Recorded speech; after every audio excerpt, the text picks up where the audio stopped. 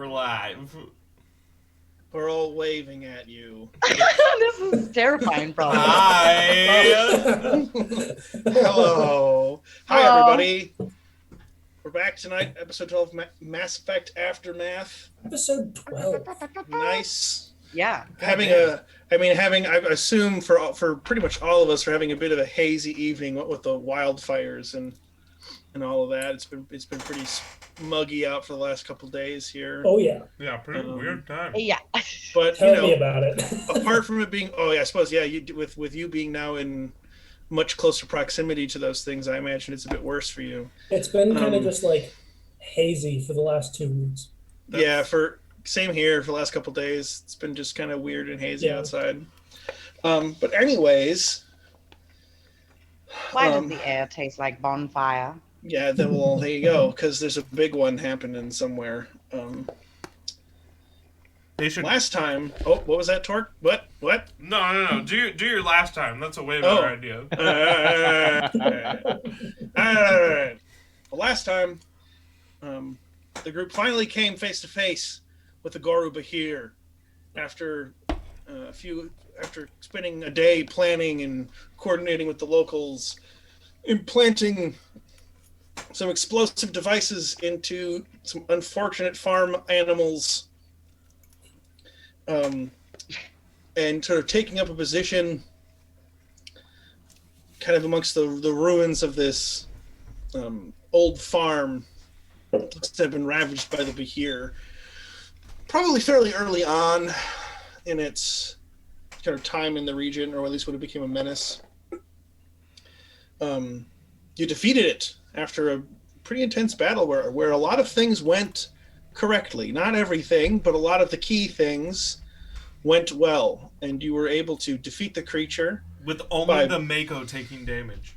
With only the Mako taking damage, this is true. You're able to kind of keep the Mako up in its business and kind of keep it focused on that while those of you with ranged weapons or who had chosen to stay back kind of just shot it as much as you could. We got a couple of very critical nat 20s from Ray and from Omega. And as you'll see, Nox is back with us tonight.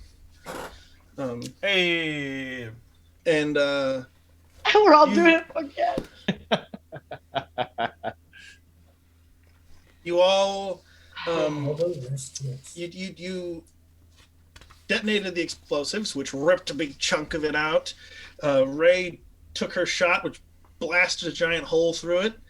And a couple of really well-placed incinerates and a salvo of fire from McGowan and his machine gun managed to finish it off, with Torque kind of standing on the front of the Mako, screaming in its face, trying to deliver the final blow, but unfortunately falling just short of what would have been a truly legendary kill. You don't got to bring that up. But there's always next time, and there will be more opportunities for legendary kills in the future. There will be sagas told of the legendary Krogan swing that wasn't. Oh, don't worry. He'll send it to his editors and make it look good. Being the modest hero that Torque is, Yep. he allowed History is McGowan to written finish by the off. winners. McGowan really looked like he needed a win, so... Yeah. Also, having read several Hi, Kumar. sagas, there's nothing modest about them.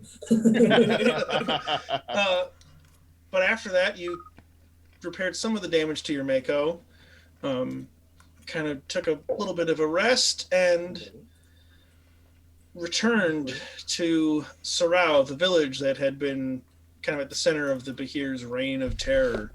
With the trophy on your hood, the two horns of the Bahir, and it's sort of the skull, the bit of skull connecting the two, mounted now to the front of the Mako with rope and wires. You've taken this already fairly kind of rugged, almost Mad Max-like Mako and turned it into a proper war wagon with a pair of horns on the front.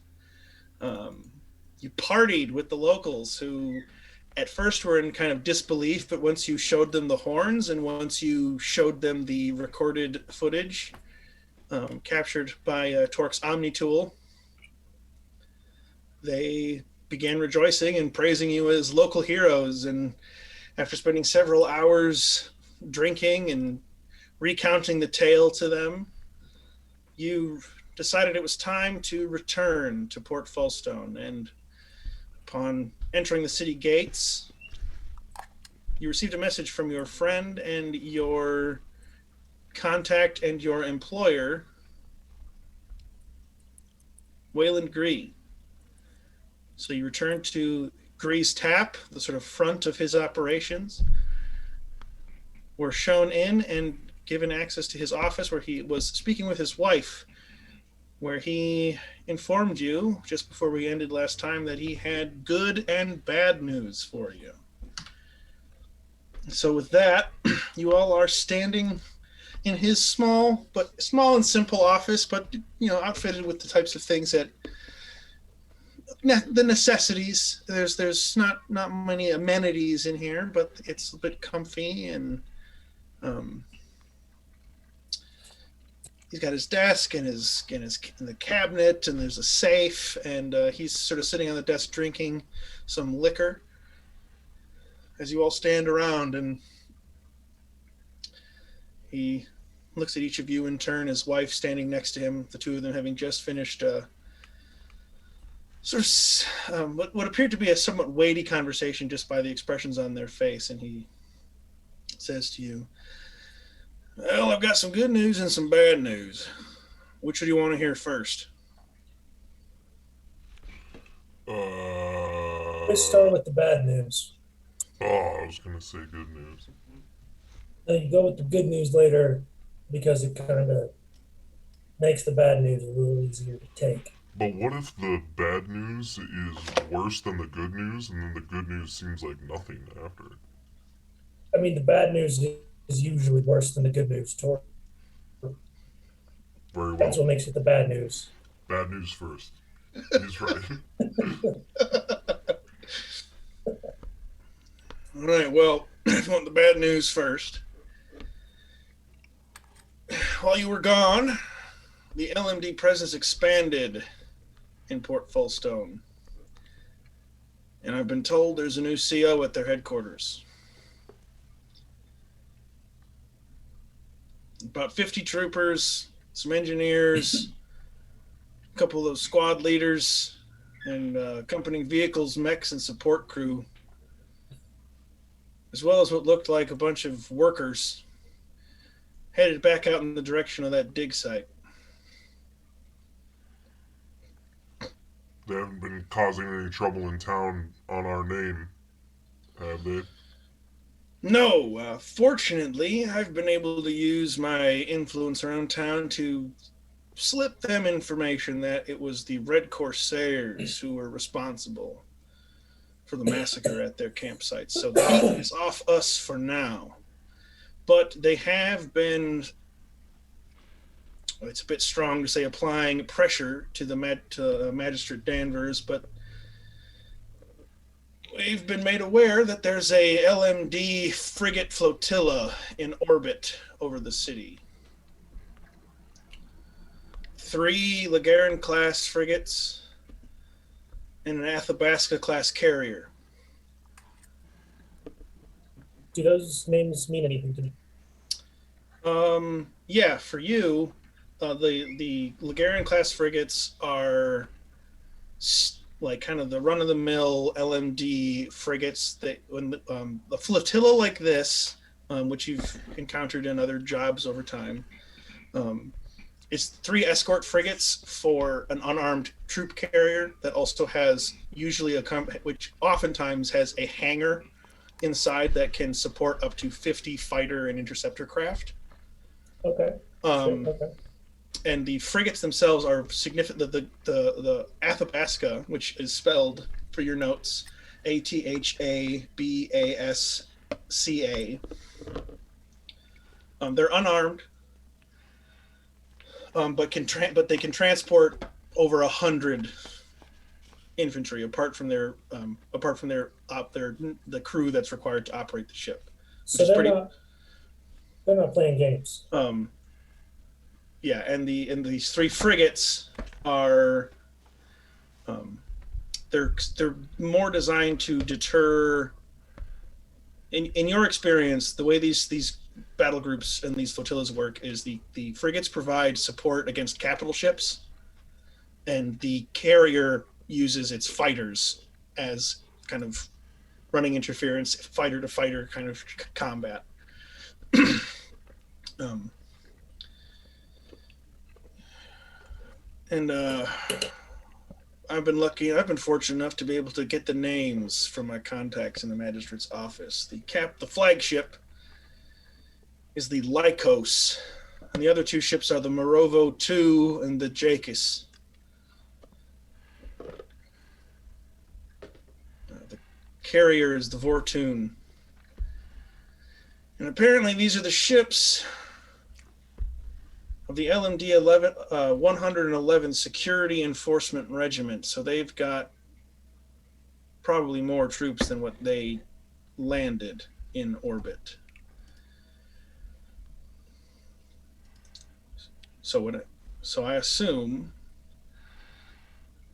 this flotilla's arrival indicates that they are committed to what they found in that glacier there, and getting back in is going to be something of a problem. But we'll cross that bridge when we come to it, because from what you all told me, without a Prothean key, they won't be able to get by that door you found anyway. So they'll be pounding their head into a wall for hopefully as long as we need them, unless they decide to blow it open or something. But they'd probably have to be fairly desperate, I would think. It's pretty foolish to try and to damage a Prothean find.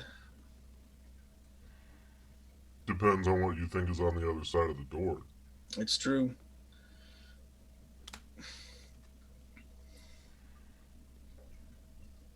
What do you think's on the other side of that door?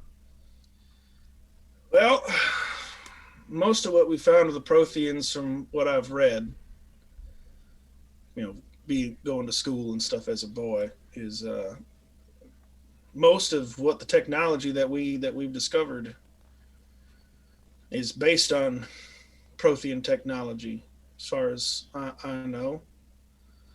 But so even a small find could be significant. There's a reason why when people find these things, they button them up quickly and make sure they're secured. The LMD probably weren't expecting anybody to wreak as much havoc as y'all did. Neither was I, but sometimes I have good days.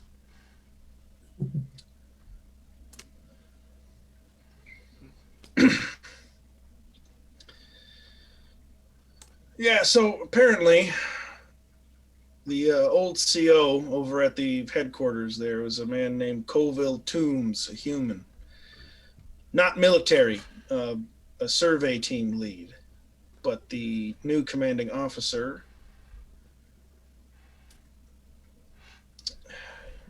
is military. He's the captain of the regiment.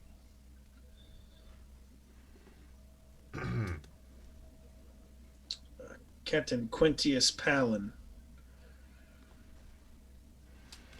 Don't know much about him, but apparently he's career military in the LMD, so I imagine he's pretty damn loyal. Captain Quintius, huh? Does that name mean anything to McGowan? Make a history check. I don't think I've made one of these with this character before. Nice. Hey!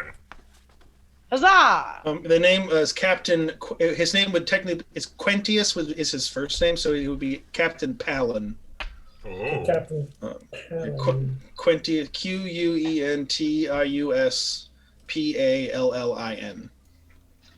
What does a 19 get me? 19.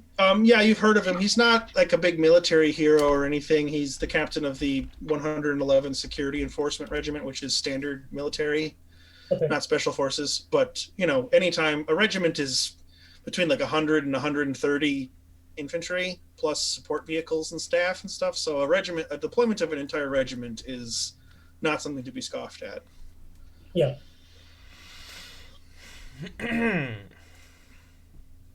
You are. Oh. But I don't think I need to tell you that a shift from civilian to military command is a pretty bad sign for things to come. So we'll keep an eye on the situation. Hopefully, it doesn't get too much worse for us before we're able to, I don't know, get hands on it, get it under control. Eventually, this is going to be a problem for everybody, not just the Smugglers Guild. Yeah, we're gonna want the Prothean artifacts to be in the right hands. And on that note, it's time for the good news, I think. Ooh, something about hands? Something about indirectly Prothean. Nothing that I have been able to find specifically, but I know someone who you might be able to go and speak to about it. He's the Mechanite, the leader of the local chapel of the Omnis. Another Turian by the name of Valrus Troll. Walrus, I love that. Troll? Valrus, Valrus Troll. Trawl. I am the walrus. I hope he's weird. He will be. So Alpha tenses up, and the Austin seems, for a Geth, seems a little uncomfortable, and states, "Is this particular individual willing to meet us outside of the chapels of the Wardens?" Not likely, since he's the head of things over there. It's not a small chapel. Alpha, you know him? There has been conflicts between us and the Wardens of Omnis. What kind of conflicts? Easy way to put it would be walking headfirst into a large blender. Why don't the Understood. three of us go and talk to this Turian? He doesn't have to know a thing about you, Alpha. Omega and myself can always stay in the Mako. Just what I was thinking. He really doesn't like you, huh? What's its name? Fear. The problem is not him liking me, is the Wardens of Omnis wanting me a little too much. Ah. Who are these Wardens of Omnis? Somebody tell me.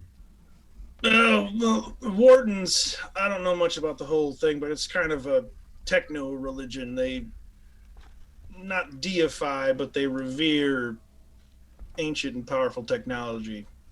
I'm not exactly sure how it all works out. I've never really prescribed to the faith myself, but Troll's an old friend of mine. I've known him since I took over this post from my predecessor, and he's been reliable. He's a bit weird and kind of intimidating, to be honest, but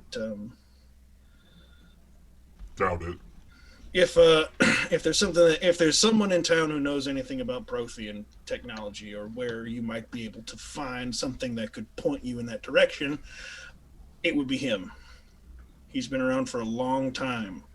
He was old when I came here, and that was about 30, 40 years ago. So he's seen some shit, and he knows a thing or two about technology. So it'd be a good idea for you to go and talk to him if you're interested. Like I keep saying, you can always walk away from this stuff, but having competent help makes me feel a little bit better about all this. He wouldn't play It's ball good with that we have Alpha. a couple of us that are competent. I'm sure we'll be And she paid looks for at our Torque. efforts too. And the chances of going Huh? through and finding a Prothean artifact is 1 in a billion lives. We also have a chance to go through and keep it from falling into military hands. We should take every opportunity we can. My main fear still is that the LMD decide to make this a new colony. Mm. When that happens, things don't go well for the locals. It may have to When be that happens, way. the locals will be assimilated. Exactly. So my main objective is denial. If we can get you into that vault or behind that door, whatever it is, and you can get your hands on something that might, whatever they're looking for, whatever they happen to find, anything remotely dangerous, if we can keep that out of their hands, hopefully that will persuade them that it is not worth the time here. So you think whatever's behind that wall is a weapon? Prothean technology doesn't have to be a weapon to be incredibly valuable. Mass Effect technology, Omnigel, Metagel, all that shit is based on originally based on reverse engineered Prothean technology. Some of it, well, I guess I don't know how much of it we got from them, but everything that we have is reverse engineered or was able to be discovered because somebody somewhere learned about something the Protheans did first. No, but you said whatever is behind that door might be dangerous.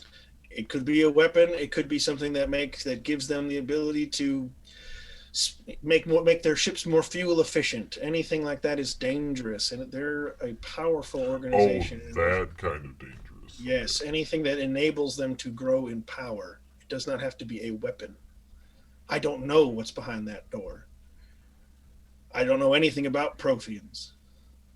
What I know is that what I learned in school when I was a boy, and the odd rumor and whatever you picked up over my life since then. But Troll, he'll at least know what direction to point you in. So go speak with him as soon as you can. He said he would be waiting for you. We thank you for your sound advice. That's the least I can do. You're helping me out, trying to keep the peace here, trying to keep the LMD from colonizing and subjugating all of us. So it's the least I can do, point you in the right direction, since you're doing me a bigger favor than I think I could pay you for. Speaking of pay, when you come back from Trawl, come tell me what he's got in mind, and I'll let you know what I can throw your way for getting it done. All right. Galaxy Master. Yes. What time of day is it? I forgot. Right now, what time of day was it? I forgot too. It is, I think it's about 3 p.m. is what I have written down here. So it's like No, I thought it mid-afternoon. was. Never mind. I don't Yes. remember. Well, we'll say 3 p.m. We drove overnight. No, we didn't. We left. I think we got there pretty Early late. morning. You I got think we, like, showed you up, like, got early you got morning. to Sorrow at like 9 a.m. and since it's a 26-hour day here, you guys had a long rest. So you went from 9 a.m. to about math. Good job. Fucking Maybe 12? It'd be 9 a.m. Be 4 I'm never in the doing- afternoon. I'm never doing math on stream ever again. 4 it'd Oh, be I watched that 4 in the clip afternoon. 14 times. Yeah, It's really good. It made me laugh so hard. well the last time I have written down here is 3 p.m. So that's what we're gonna go with. Did everyone just see that? It was Nope. good. What?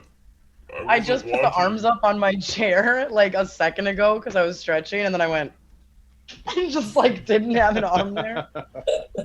Smooth. Fun. It was pretty cool. Just physical comedy on stream. Full slapstick over here. Yeah, so we're In the malls. we're gonna say that it's like 3 o'clock right now because that's the last time I have written down. So yeah, it'd be about mid afternoon. McGowan. Okay. Mid-afternoon, McGowan. Oh, I have the Do we voice know- changer on still. Yes, you do. Do we know where this chapel is? No, but Gree, he can send you some coordinates quickly on your Omni tool, and it points you to the Highlands district, which is a part of town that is sort of nestled up against and up along the side of the mountains, behind the city. It's not a slum, but it's kind of the low income district, because the homes and structures that are up, that are kind of like bolted and fixed to the side of the mountain, are more exposed to the ice storms that can sometimes kind of rage is a bit of a strong word, but there are ice storms that cause lots of damage and are pretty hazardous to be out in during the winter months of Omara, and so the houses up on mountainside are obviously a bit more exposed and vulnerable to that sort of a thing.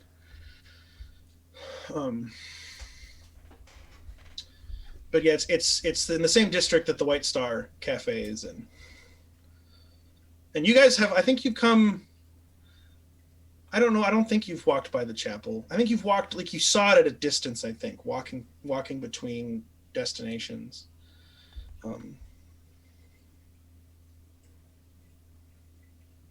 Let's see, I forgot that I kind of made a crude, so I'm not going to show it on stream because it sucks. But I kind of made a little bit of a reference map for this, and so I'm going to look at that and make sure I've got this stuff kind of lined out. But yeah, it's not too terribly far from you.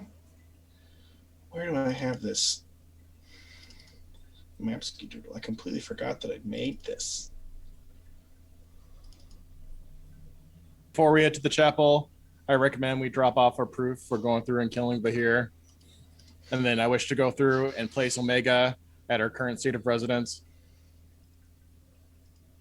So here. We've been staying here. Correct. At the particular tavern and or inn location place that we are residing at the current point, I wish to leave Omega there. Oh, you at Grease Tap at the bar? Yeah. Okay. Basically, let's go collect our reward, and I want to drop Omega off at the back of the room. Okay. Yeah, just you can take him upstairs and easy enough. Yep. Do you know your voice changer's not working? Just checking. So is it working right now? No. No. Love the commit though. Thank you. I do what I can. Good bit. Oh, it's good. It's good.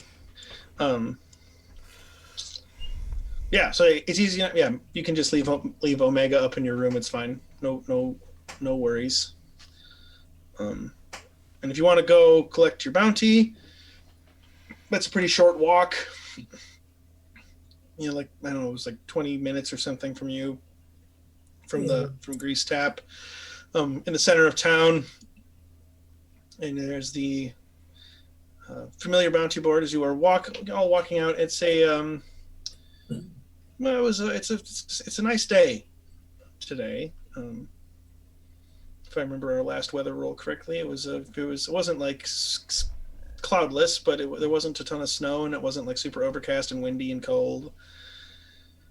So you walk through the streets of Omara for about 20 minutes, and you've come to the bounty board that you'd stopped at, and there you are able to submit your bounty, and with Torque's proof is the footage and some of the other pictures and things you've taken. You have to wait there for a couple of minutes while presumably somebody's like going over, making sure everything is legit and it's not doctored or whatever. But all about at the same time, there's a bloop from all of your Omni tools, and you check your bank account, and you've each been given. It was 25,000 credits each. It was 100. It's 100,000 credits for the whole bounty.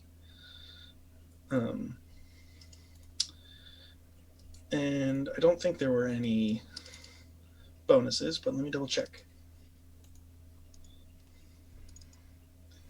So you can go ahead and add 25,000 credits to your inventory, to your accounts.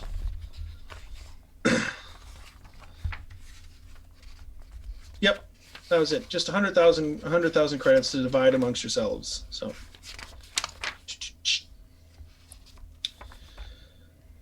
And with that done, unless you guys have anything else you want to do, you can begin making your way towards the Chapel of the Omnis. Yes. Okay. Going to the chapel. Yeah, so from here, it's about another 20-minute walk to the chapel. Kind of walking through the ground level area of the Highlands, which again is a predominantly rural area combined with like a few small sort of neighborhood shops, kind of neighborhood convenience store, like kind of hardware store type things. And the chapel stands out as soon as you see it, not just because you have it marked on your coordinates and it's pinging, but the building is interesting. It's not bold or really dramatic. It's a 50-foot featureless cube shape with no windows. The exterior of the metal walls and roof are very dark blue, with a few flapping banners and flickering neon signs bearing the symbol of the Wardens of the Ominous, which Alpha, you recognize as it's not exactly the same symbol that you're familiar with. There is a slight difference. The symbol that you see is a blue nova, so a 4-pointed star with a silver gear in the center. And in the center of the gear itself is an eye, bright blue. The symbol that you are familiar with, Alpha, has a sword instead of the eye. The sword kind of stabbing downward through the middle, bisecting the whole sigil. Standing in the middle of the doorway is one of the priests. This looks like a Batarian woman in a dark blue and gray robe with a deep hood that covers most of her face. You can hear her sort of whispering, talking, praying, almost to herself. Her head's kind of bowed. Her hands are clasped together, kind of holding them like this. And in her hands, she's also holding a censer, like an incense jar almost on a chain. But rather than using her hands to swing the censer as it would be done in like a Catholic ceremony or something, it swings off its own accord on a pendulum. So her hands just stay there and the censer just swings. The interior of the chapel is lit, it looks like, through the open door, but not extremely brightly. And you can smell the incense coming from her, but inside as well as you walk up to the steps.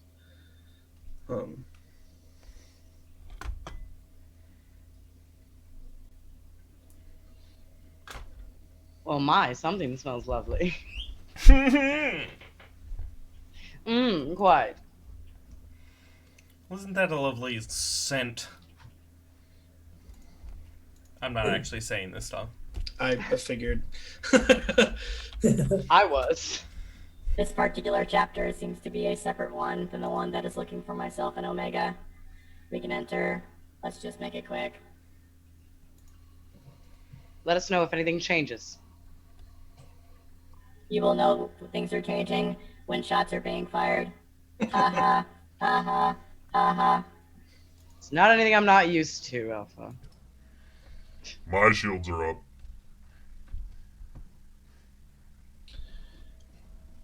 And so as the four of you pause for a moment to discuss amongst yourselves and then step forward, coming to the bottom of the steps, the priestess, without really looking up, acknowledges your presence, and she says, welcome. I was giving your descriptions by the Mechanite. He's waiting for you inside. Please follow me. And she steps out of the way and kind of motions for all of you to enter into the door, setting her censer down on the steps. Kind of Dang, this is serious. letting you all enter one at a time. McGowan's hand is not on his gun, but it's like very close to the pistol Okay. on his hip. Alpha is in full robot guard dog mode, just following McGowan as if, being commanded. Okay. Rhea goes in last and waits like a second after Torque so that it feels like she's making an entrance. After you. We're not doing this again.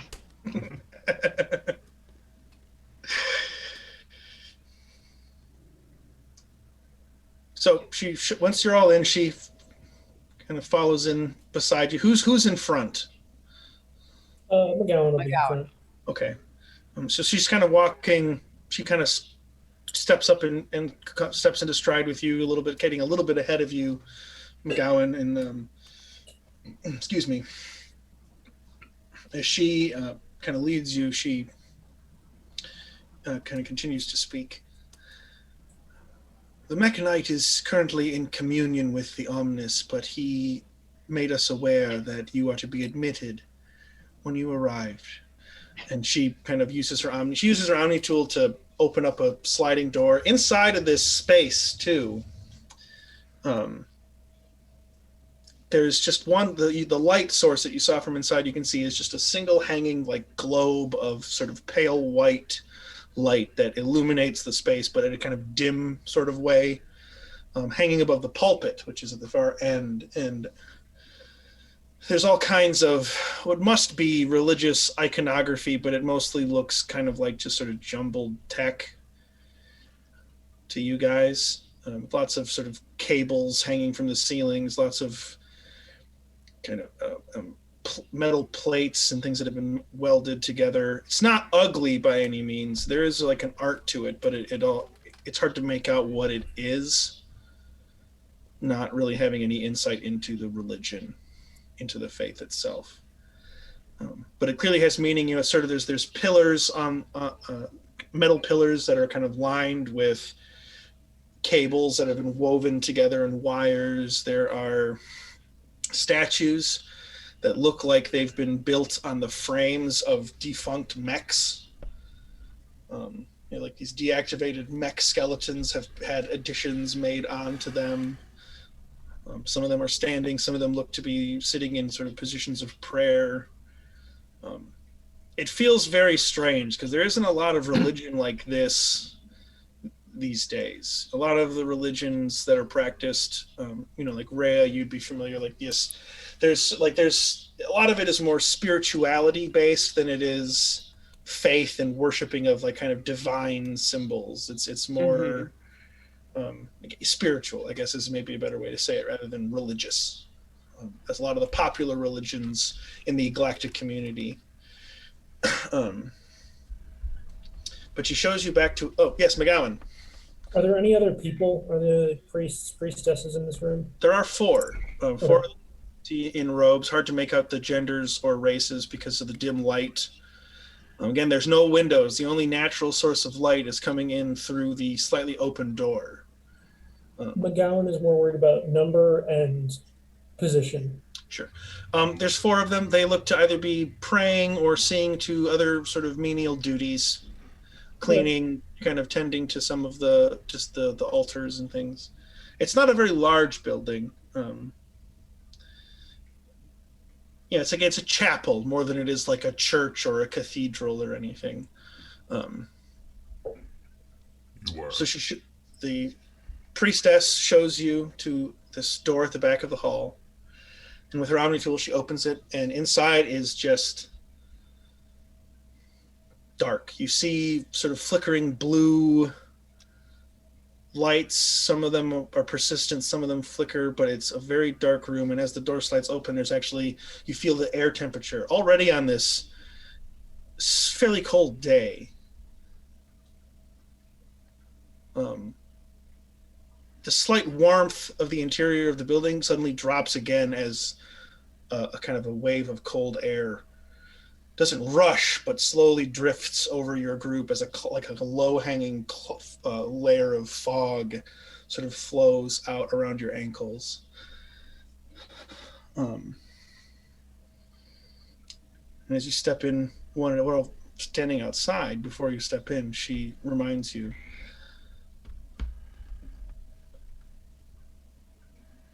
speak politely with the Mechanite. Do as he asks, and we can come to an accord. We mean you no harm, but we have our needs as much as you have yours. And please, keep your weapons holstered. And she motions for you to step inside.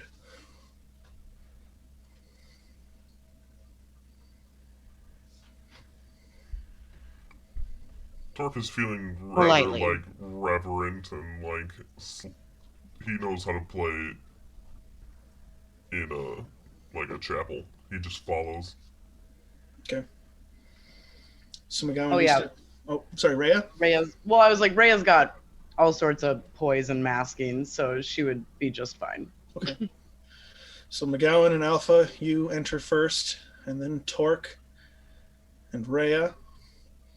And as you come across the threshold in full, Rhea, you hear the door close behind you, and the light is gone. It is dark in here. There are no light sources other than these faint blue lights that are kind of in irregular configurations along the walls. And I have dark vision. so Dark, you can see a little bit better in here, but there are these lights, and there are some. You can see some monitors, like kind of green glowing monitors as well. And it's all woven into a tangled mass of cables that seems to cover every inch of the walls and the ceiling.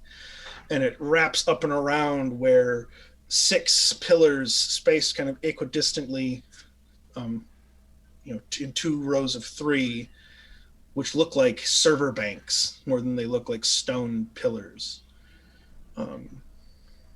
All kind of guides your eyes down to what is the far end.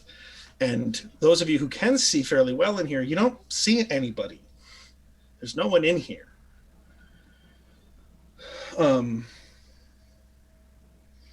There's a low hum, low kind of like occasional sort of little blip of some piece of machinery, some computer doing something.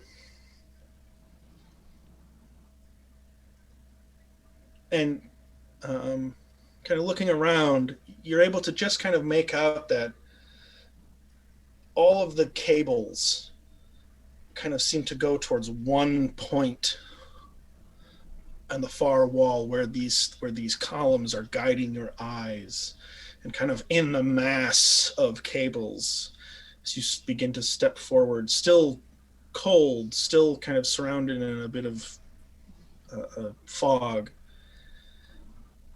you start to see kind of some, like another banner or something. Another dark blue, tattered fabric. Oh. Can I go like investigate it or look at it? As See if you I can piece together what it looked like. Sure. Well, as you step forward, you hear a voice all around you. Come Excellent. forward, or are Wayland's hired guns so easily rattled by the dark and a locked door? Torque is not phased at all. He's walking forward. So as you walk forward, drawing closer to the far side of the chamber, you see this swath of dark blue and gray fabric kind of covering some of the devices and the cables. A bit like a holy shroud, almost. And it's not until you draw within like 2 meters or so of it, it's about 6-7 feet, that you see something like a shifting below the fabric. And then with that shifting, you see 2 of the blue lights move, and it becomes clear that these are eyes. Electric blue eyes peer out from the darkness, and a faint mechanical grinding as something moves again. And then you start to see the other aspects of the speaker's anatomy. Shoulders and torso wrapped in this cloth. 2 arms, the left entirely cybernetic from the shoulder down to the fingertips. Still in the same Turian shape, 2 fingers and a thumb. 2 clawed fingers and a clawed thumb. And as this figure kind of begins to lean forward, he speaks again. If we are to converse, your patience is required. communing with the Omnis requires full immersion in the network. Ooh. And then the shoulders move. And the eyes, which you can see, move forward, and you can see the face of a Turian. But the mandibles are mechanical. The eyes are mechanical, cybernetic. And you see it stand up. Clank, clank, two long digitigrade legs emerge, ending in 3 hooked claws as this thing rises up, standing closer to 8 feet than 7, taller than you, Torque.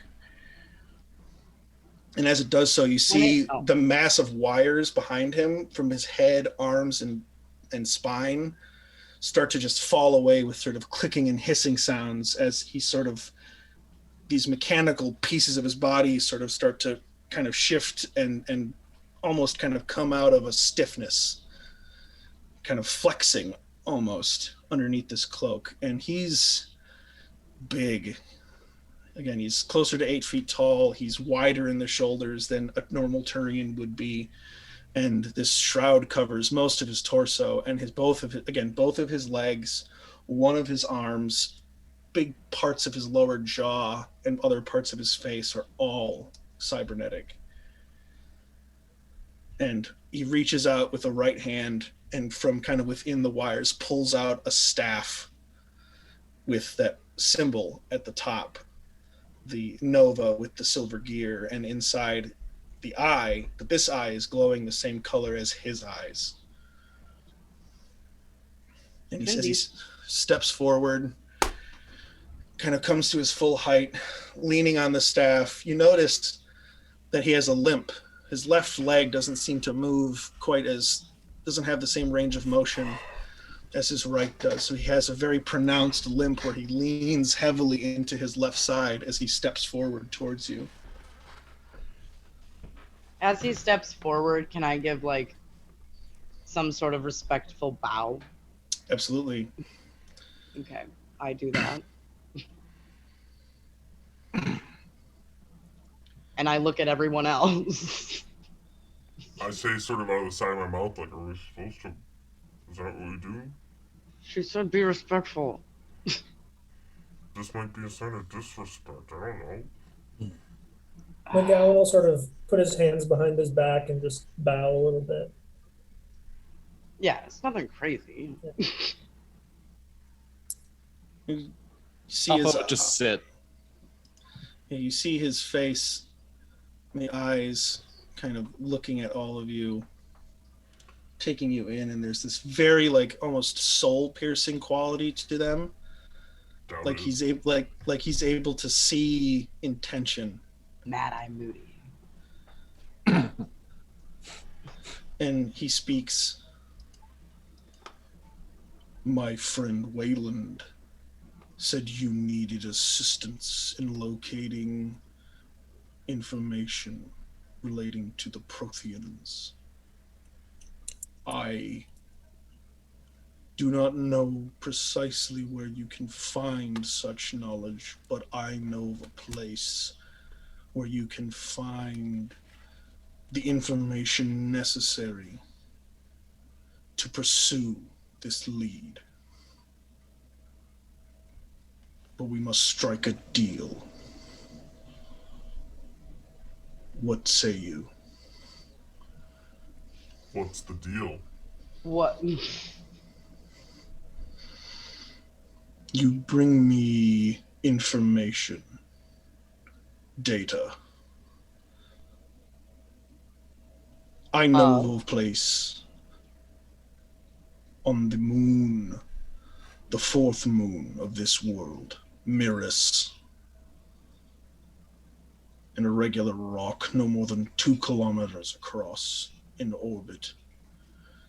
There is an old STG base there, the Solarian Special Tasks Group. If you wish to find knowledge and information about places where you can seek out Prothean relics, If anywhere in the system has such information, it will be there. And I can get you in. But Yes. you need to bring me data. What sort of data are you looking for? Anything. Everything. You may Anything. make copies for yourself, but I need everything you can find on that station's server banks. There may be information vital to our faith, information pointing us towards other holy relics.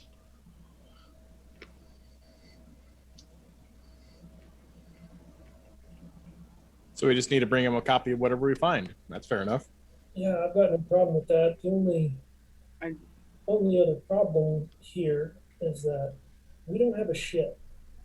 At least I don't have a ship. And I don't know if Rhea or Torque have one that they've been hiding from us. Your friend Wayland should be able to provide transport.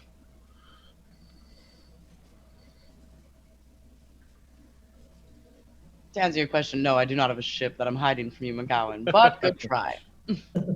Yeah, keep that in my fanny pack back here. I do know someone that, if needed, we could call about possibly a ship, but that's neither here nor there.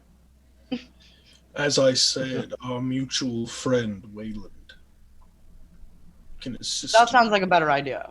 Yeah, he's been trustworthy so far. Allow me to illuminate what I have discovered about this station. It is in my best interest to see that you succeed as much as it is in yours. I have been the mechanite of this chapel for more than 60 years, and was an acolyte for many before. When I first arrived, I sought to explore the moon. In doing so, I found this base, this facility, but was unable to gain access. I have corrected that in the years since. Old Solarian security keys are difficult to find, but Wayland's predecessor was able to provide for me. I returned to the facility, gained access to the sole structure on the surface, a cargo bay, but was repelled by defenses still active on the emergency power, several turrets with accompanying drone deployment pods. I am no warrior, and neither are those who serve me at this temple. And so I have been denied access to what I believe could be vital information, at least for my faith and those who believe in the power of the Omnis. I can give you this passkey that you will need, but you will need to deal with the defenses, and you will need to bring me everything you find on their servers. You can keep any weapons, any other objects of interest that the STG may have been experimenting with for yourselves. I do not care for these things. I want the data.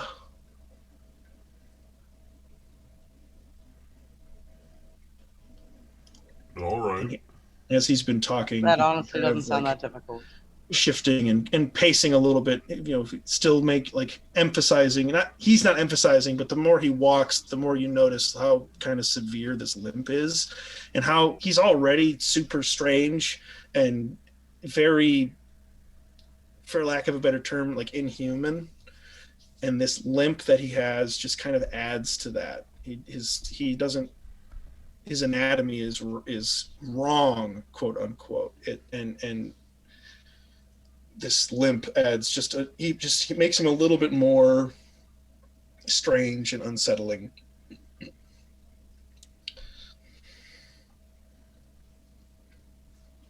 He sounds cute. I'm sufficiently unsettled, yes.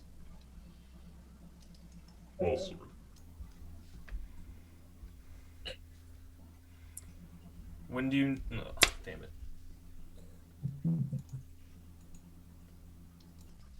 When do you need us to do this? You may do it at your leisure, but I would wager the longer you wait, the more troops the LMD will deploy to the glacier. Yes, Wayland told me. I am aware. And I am That's just good, as then that's less curious to as catch you up on. Yes. Well, it makes things easier when there is trust between old comrades. But that is the deal. I only wish the information. Everything else is yours, including this key. And you see, whoops! You see from kind of out of his robotic hand, kind of out of one of the finger claws, it sort of like folds down, and there's almost like a small like data disk that pulls out of it, and he extends it out to you, McGowan, to take. I want to reach out and take it. Put what you find on that drive and return it to me. Is it kind of cool? Like, is it like a quirky little thumb drive or something? Yeah. Yeah, it is a bit of a thumb like drive. Then... But it's got that like kind of hard light shell that is ever so common in the Milky Way. It's sort of a combination of like actual physical circuitry with this sort of secure shell around it. There's a little bit of a metal protective case, but it's nothing super flashy. It's fairly unassuming, honestly, probably by design. It could have been a floppy disk. That's what I'm saying. Well, we're not dealing with technology. The ancient technology we're dealing with is a little bit more impressive than a floppy disk. What about a really big floppy A disk? laser disc. A laser. Oh. We don't mess with things that are so obsolete. McGowan will sort of take it and very sort of gingerly hold it in both hands. I've heard Word. people find it soothing to turn them into wind chimes. I wouldn't know. Wind chimes are the least soothing thing in the galaxy. Hold on, I was checking when I asked Torque's opinion. I don't care if you ask. I don't have any problems with this deal, but I don't tend to speak for the rest of my companions here. So, Thorpe, Rhea, you in? And McGowan will sort of look down at Alpha, sort of like, yeah, no. I'm in. I love data. A final word of warning. I will know if you have tampered with my drive. That is all. And he waves. And he waves a hand to dismiss you all as he turns around and sits back down in his throne, his sort of cybernetic parts sort of creaking as his weight settles down. And he places the staff kind of amidst the cables. And you see them all you see these cables almost of their own accord, snake-like kind of emerge out and begin to reconnect along the back of his skull and his spine, the back of his arms, as he sinks back into the cables and they all start to kind of like engulf him again. Like a big wiry hug. Yep. Very eagerly, McGowan is going to turn around and head for the door. Alpha's right there with Move him. Just Um, fuck out. Torque doesn't especially love being bossed around and waved at, so he just like takes his time. He'll go last. He's just standing there, Rhea- kind of picking at his teeth a little bit. Yeah. Like Ray goes to leave and looks behind her and sees what Torque is doing, and is just like, "Oh my god." Torque, while you're standing there, you feel the two eyes still staring at you, just sort of like Oh, I know. I'm studying. staring right back. It doesn't say there's no words, but there's this sort of like mutual like acknowledgement of the other's presence. Like, I know you're here. Please get the fuck out of my room. You see those eyes undressing you out of your armor, and then undressing you out of your under armor, and then undressing you out of your skin, and then undressing you out of your muscular. And then replacing it all with cybernetics. and then fucking data analyzing my soul. I don't. Like, I hear a Krogan heart is very good for power. Yeah. Good thing they got two of them. Torque doesn't say this, but he's like, "I'll go, but only because I want to."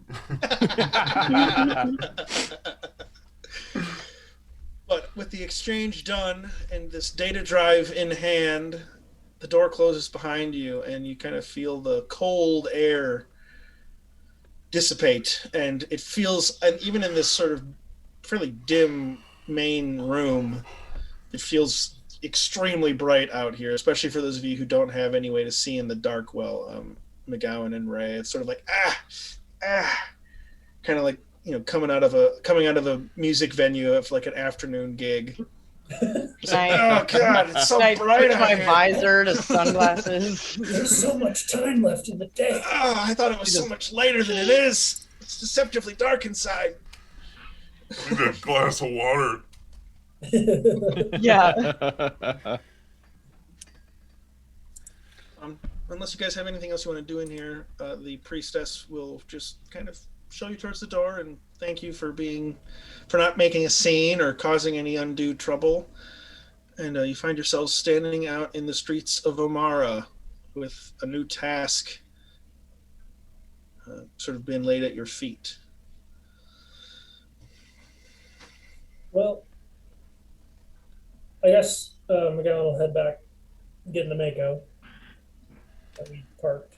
As we're walking towards the Mako, Torque's gonna say, "Well, I can't help but wonder what Wireman wants to do with the data. She's pretty data hungry." I don't know and I don't care. I can go with that. Now, we could jump right on this. We do also have that caravan escort bounty from Delzino, I think his name is, the Elcor fellow. There was also the mention of Fight ring. a fight club. Yeah, we haven't heard about that, have we? No, you have Yeah. not. You have not received an update on that just yet. Oh. He did say it might take a couple of days to a few days, not a couple. A couple implies two, but he said it would take a few days, maybe up to a week even, to make the arrangements, because he has to find other competitors and, you know. We'll fight each other.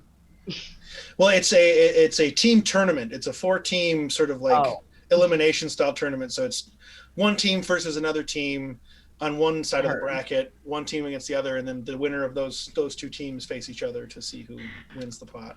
Is it to the death?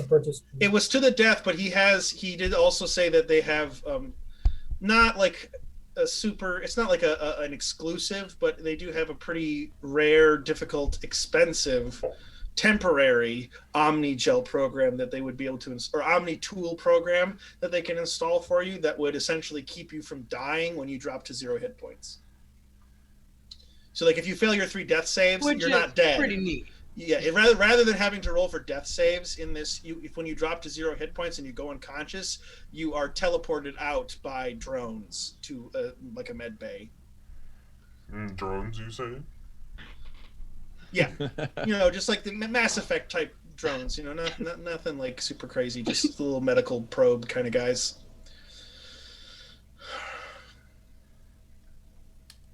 So it is technically to the death, but unless something disastrous happens, nobody's actually intended to die. To the pain. At least not for this tournament. Or are they? It's all a setup. They're trying to take us out. Basically, at this point in time, if we want to do the caravan, we'll probably have to do that first because caravans typically have a time frame by the time they need to leave. Or we could focus on going through and getting to the STG base as fast as we can. What Delzino said about the caravan was that he's not sending any more vehicles until somebody has a look, or he's not sending any more unescorted vehicles.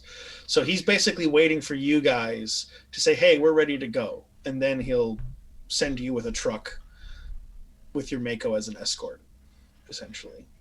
My concern is that if we start this STG base Prothean door key business, that seems like the kind of train you can't just get on and off whenever you want. Once you're on until it's done. Yeah, it sounds like main quest type of shit.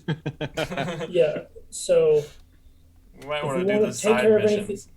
if we want to take care of anything first, we do it, then we do that. If we do the caravan first, this will give us more practice together and work on our team tactics before we walk into a granted retired but still active military base. I will say another thing to consider here with the passage of time is the LMD response. You don't really know what they're going to do. You know that they've sent more people out to the dig site, but there are also 4 ships in low orbit, in geosynchronous low orbit. So their position is locked on to Port Folstone. Because this is where they have their planetary sort of like outpost headquarters thing. So that's just something to consider as well. You don't know if there's any immediate danger or not, but the longer that they are here, the greater the risk becomes that they start to pose a larger threat. So yeah, just so that you guys know that they're not just gonna like sit. As time passes, they will do things and they will make decisions.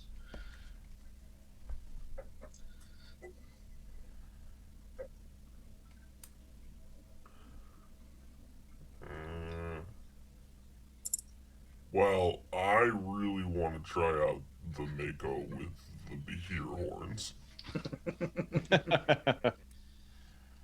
So you want to do that caravan run? Is that what I'm gathering? I think that's. Here come them Duke boys. I think that's what I want to do. Well, I'm always up for helping the little guy, so.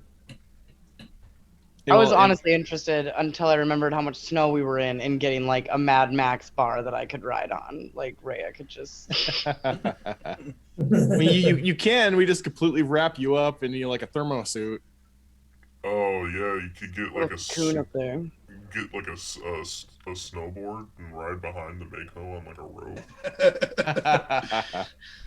You could be like a James Bond sniper where you're basically snowboarding behind and then just picking people off as you're going there and like shredding. This is quickly turning into like a Vin Diesel movie. Yeah, I like clip it onto my belt that has an amazing, like I clip it on like a rock climber belt as I'm snowboarding and just grab the harpoon gun. Oh, Mad Max, but it's in like a winterscape. I'm here for it. That sounds dope. See, Mad Max X or Triple X. Right. Mad Max X Games. Like chains on the fucking tires, but it's like barbed wire. Oh yeah. Okay, X Games, time to go. Talking about some.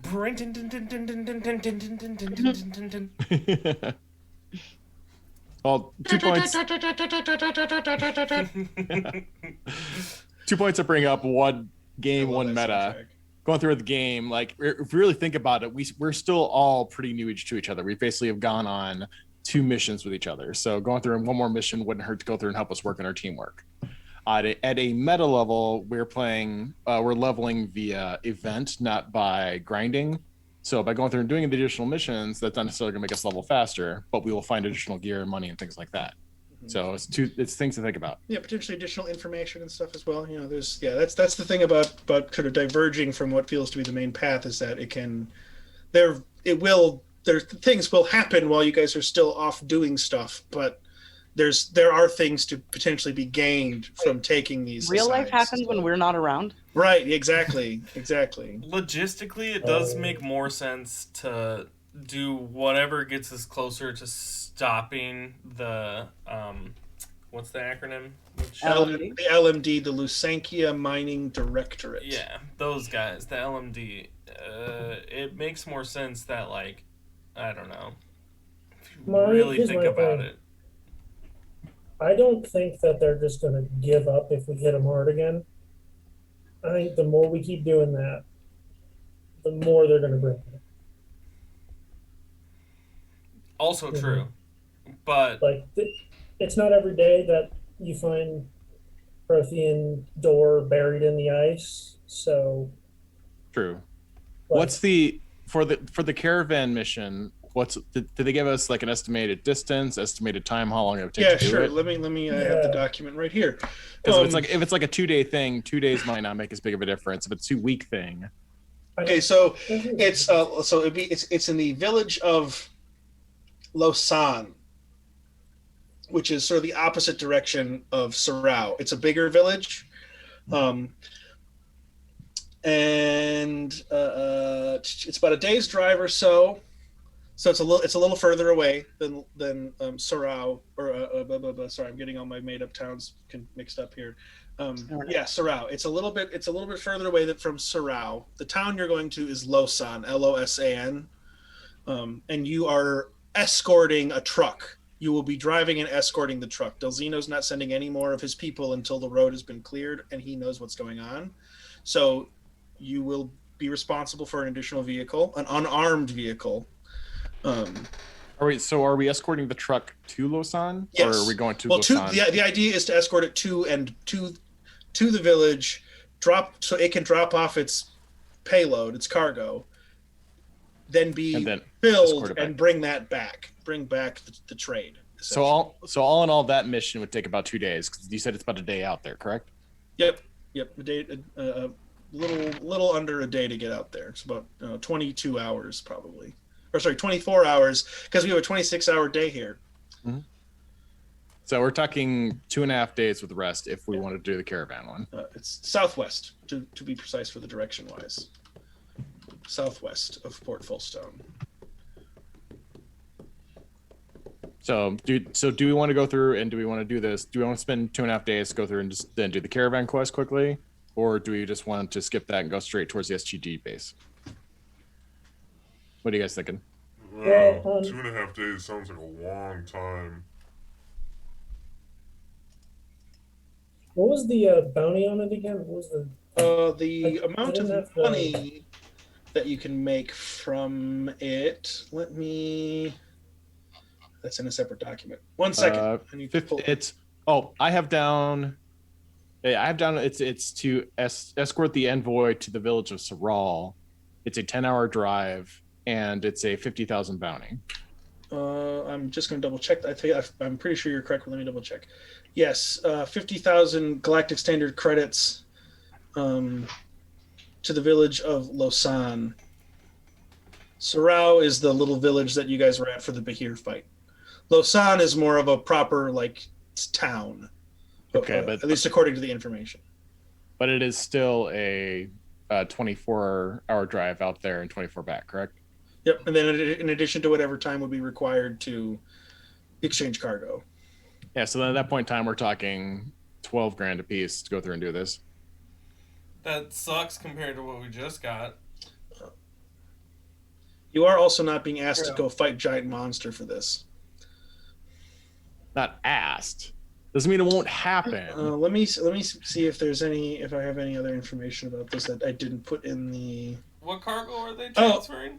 Just general goods. He basically runs the big local general store in Port Folstone.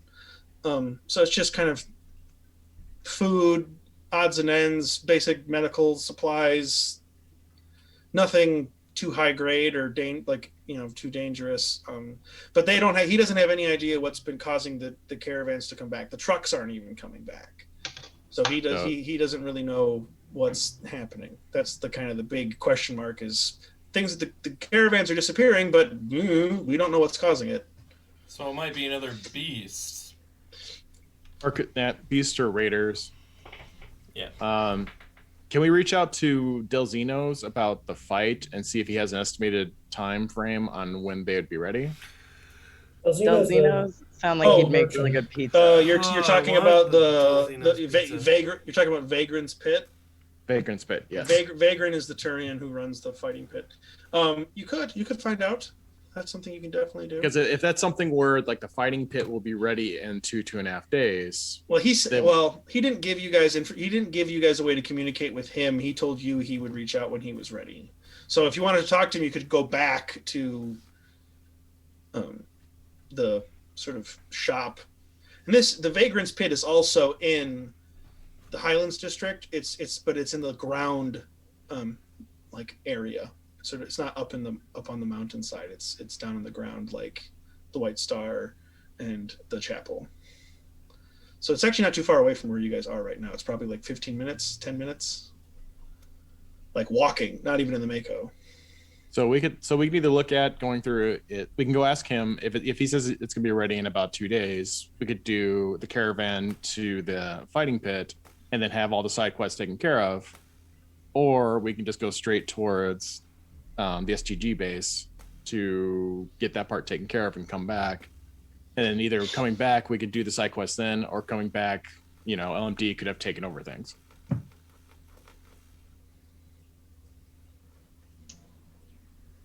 That does seem to be the risk here. Yeah. And again, Delzino is basically just waiting for you guys. He'll give you the truck and stuff whenever you're ready to go. He doesn't.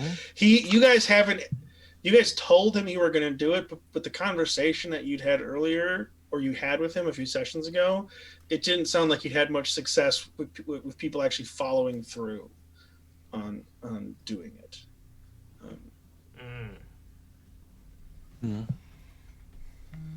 So would you guys prefer to try to chain the rest of the side quests, or would you prefer let's get to SGG while we can? Well, McGowan would want to do the caravan. He sort of doesn't really give a shit about the fighting pit. If that happens, it happens, great. But if it doesn't... It doesn't sound like it's ever going to happen. But McGowan definitely wants to help this dude out. Yeah, it seems noble enough, and car battle sounds tight. I'm into it. Yeah, more car battles. There was some damage to your Mako from last time, so it might be worth paying Veracor Grom a visit, or his warehouse anyway, so that you can fix it up. I don't remember. It wasn't much. You guys repaired most of the damage. I think there was like maybe 30 points of damage you weren't able to fix just because you didn't have the materials to patch giant teeth holes. There was a wheel. That's right. Yes, there was the front. It was the front wheel. One of the front wheels had gotten shredded by his teeth. Yeah. So with the convoy escort we're doing, we're driving their truck, correct? Or are they expecting us to take the Mako? It's ideally both. That's sort of the idea. Is like it would be an escort, like a caravan escort. Like one of us would drive the truck, and then everyone else, or maybe two of us drive the truck. One person driving, one person in the gunner seat, and then we have a driver and a gunner in the truck. So then, before we do any of it, we should go back to the shop and see how long it's going to take them to go through and fix the Mako. Yeah. Let's do that. So go back to the shop and we'll talk to them and see how long it takes to fix the Mako. Okay. Short drive in the Mako to get there. Veracor is not in the Highlands district. It's in kind of the main center, like district of town, but it's not too far. So it's an easy drive, and you guys park the Mako. Pull into the giant like aircraft hangar doors that are open there. and you don't stepping out of the Mako. You don't see Grom. You hear him. Oh, goddamn Arlax tits, fuck! And he's just like kind of throwing shit around, and you can hear him like smashing. Like he's not smashing stuff, but you kind of hear like scrap being thrown and crashing into other scrap, and you kind of follow the sound, and I already like him. you see him. He's just standing on like kind of like sifting through a giant pile of scrap metal. You can see him sorting it into other smaller piles, the criteria for which you're not too clear on. But he's kind of sorting, and you can see like some of these pieces are really big and heavy, and even for a Krogan, he's kind of having to like, oh god, is it? Drag it, like kind of dragging it and throwing it and smashing it down, making tons of loud metal on metal clanging sounds. And he kind of like, as he gets one big piece thrown down on the ground, he looks up and, oh, it's you all again. What do you need this time? Once again, we happen. need to fix our vehicle. Ah. Well, you know where to find all the parts and stuff. Just so you know, I don't know if we've talked about this before, but if you need to like make upgrades or modifications, you can take a look around, see if you can put anything together. Of course, you got to pay for it, but you know, I should have what you need here to build a car. Yeah, add your own kind of. I see you've already added some flair to it there, and he kind of points out at the horns on it. I like it. He holds out a thumb, kind of like testing to see how straight it is to the eye, and he's like, yeah, that looks good. I wish I would have had something like that when I was putting that thing back together. That really pulls it all in, you know what I mean? Yeah, we've named it Fearless. Ah, good, strong name. I like it. And he gives you a slap on the hump, Torque. You got a little hump slap. Yeah. When did we do that? Hump I day. must have missed it.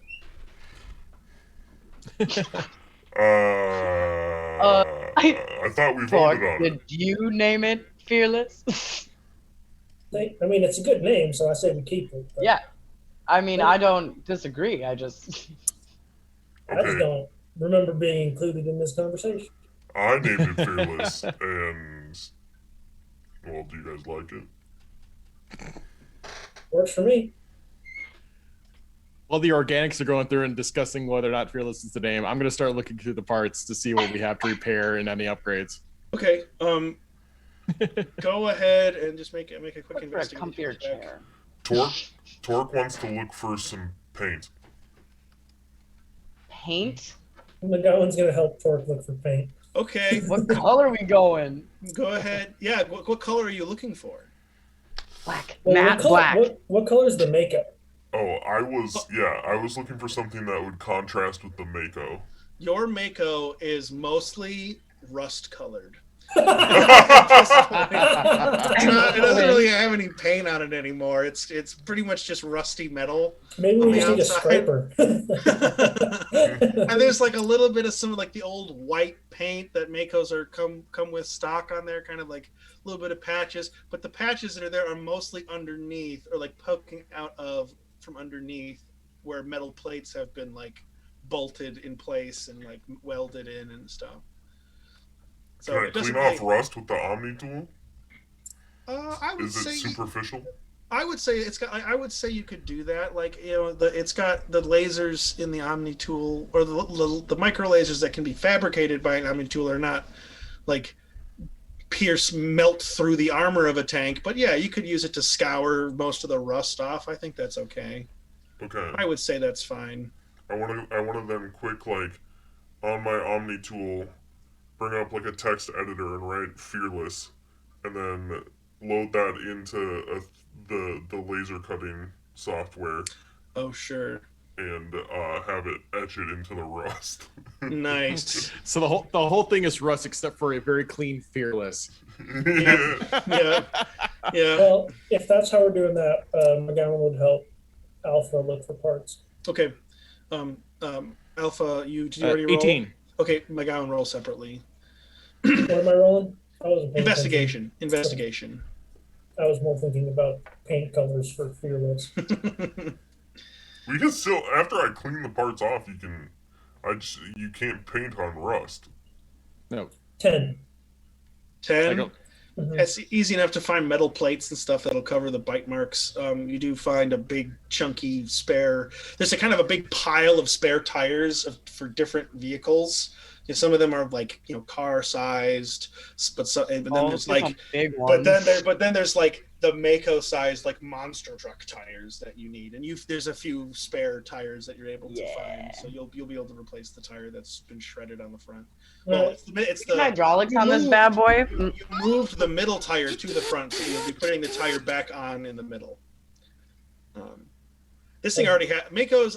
You should play the Legendary Edition, Ray, because you should just drive the Mako in the game so you can get that experience, because it's boy is it something. It's a memorable experience. Booty. There are times when it's fun, but not usually. On my old phone, I had a. But it's the suspension is already pretty wild though. Yeah. As bad as I am at video games, I'm usually a pretty good video game driver. That doesn't. Oh, that has nothing to do with it. No, being a video game driver might actually be detrimental to your ability to drive with the Mako, because the Mako doesn't make any sense. It has no rules. It's like backwards tank controls. It's so weird. I got it wedged vertically in a horizontal tunnel. Anyways, and that's to tell you what you need to know. Yeah. It's like they took the mechanics of the boobs from the classic Dead or Alive game and put it into a tank. Like, you look at it wrong and it just starts bouncing. Yeah, if it had roads for you to go on, it would still be hard, and then it drops like random fucking points on these rocky ass maps that you have to go to. There's some collision. They may have fixed a lot of that smaller stuff with the Legendary Edition. I don't know, but anyways, we're getting sort of off topic. We're an adjacent topic, but we're talking about the video game.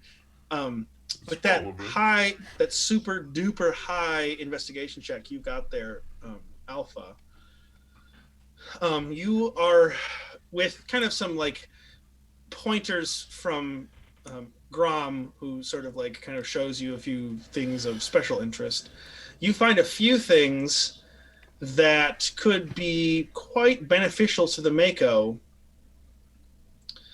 for materials cost. You're able to find enough extra metal plates where you could add extra armor plating to the Mako to give it a little bit of a stronger hull. So you'd be able to so for 2,000 credits and 2 hours of manual labor, you'd be able to add 2,000 credits. Did I write that correctly? Say for I think I'm missing a. Let's see here. Sorry, I'm having to reconsider something because since I've made these notes, I've gotten smarter about money stuff. So I'm going to kind of improv some stuff here. So with 2 hours worth of work, and we'll say 6,000 credits, you'd be able to add plus 30 to your total hull points on the Mako. For we'll say 12,000 and 4 hours worth of work, because this is a bit more technical, you could add plus 30 to the shield points. So would that be plus 30 hull and plus 30 shields, or just plus 30 shields? Those are two separate upgrades. So then overall it would take So there's 6 hours? There's an armor plating. Well, there's a couple more things. So you could choose between these. So you have the armor plating upgrade, which would add 30 to the hull. The rudimentary shield generator, which would add plus 30 to your total shields. The engine booster, which would add, again, I've readjusted how I'm going to do vehicle movement speed since I wrote this, but we'll say it'd add an additional. Let me look. I'll figure out exactly, but it would add an additional additional distance to your movement speed, so the Mako could move faster, and that would be. For that one, we'll say that one would be about 5,000, and for another 4 hours worth of work, because this would basically be like putting like nitrous sort of a thing, kind of like type of sort of a cartoony nitrous type of a thing into the Mako. And then the last one, which is the most expensive and will take the most amount of time, but is probably the most potent of these upgrades, is the modified pulse cannon. Well, this one, you wouldn't be able to get that one on the Mako, but that's something that you could consider maybe for the secondary vehicle. The modified pulse cannon would be 20,000 credits plus an additional 6 hours. And it would basically be like you jury rigging a giant cannon onto a semi truck. Because you can't put another gun on the Mako, but you do find kind of this scrap old kind of the casing of it has been removed, so it's all the kind of the internal components that you can see, all the wiring and stuff of this like probably 60-year-old 6-foot long energy weapon. Well, problem we're going to run into is that after we do the mission, it's on the secondary vehicle and we can't put it on the Mako, so then we have nothing to do with it. Mm-hmm. Yeah, that's all I'm just saying. That's what you find. You can we rent a pulse cannon? You could talk to Grom about that possibly. Better improv, Mike. For my money, I would say we get the hull points, because if we're going to fight a big monster, I'm gonna do the hull, the shield, and the engine booster for sure.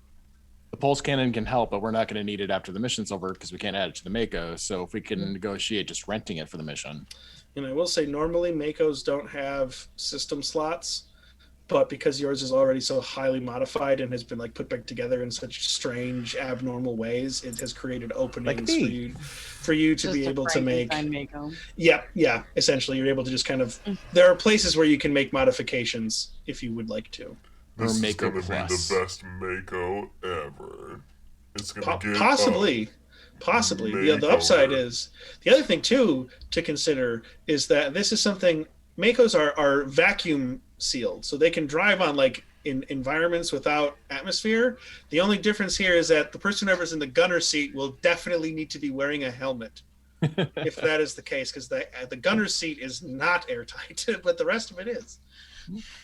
I mean, my character is based all off of modifying and improving things. So I think if it hasn't become clear already, I think one of your long-term goals, guys, is to do Mad Max on the moon. Yes. I think that's one of your long-term goals now. Just like bouncing off stuff like. Oh God, we're flipping! Oh God, we're flipping! Get off the top! Get off the top! Well, we're doing all of this, McGowan is keeping his eye out for a can of matte black paint.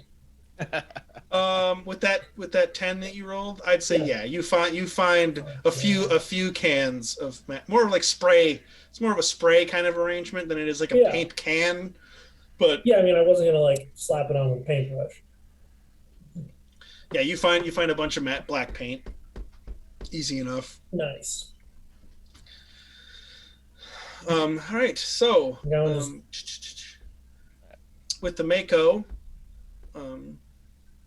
So Alpha will go through and get that. We'll do the hull, the shield, and the engine booster. While he's gathering the stuff up for that, you might want to go through and talk to Grom about possibly borrowing / renting the pulse cannon. Yeah, and I don't know if you guys were still concerned about time, but that will take 10 hours to install all of that in there. And we're at what? We're now at probably 6 p.m., right? By this point, nah, not even that late. You're probably at like 5, maybe.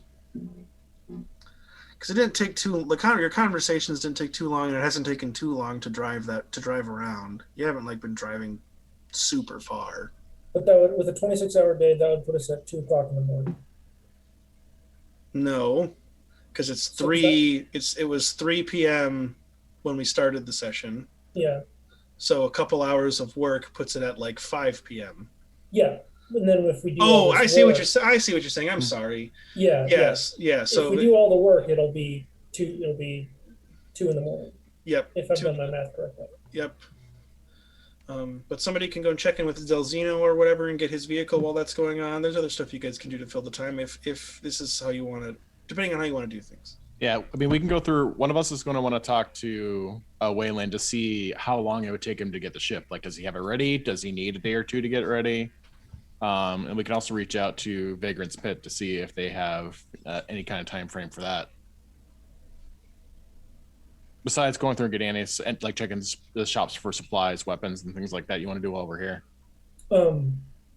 Would having someone at the shop with Alpha speed up the modifications at all?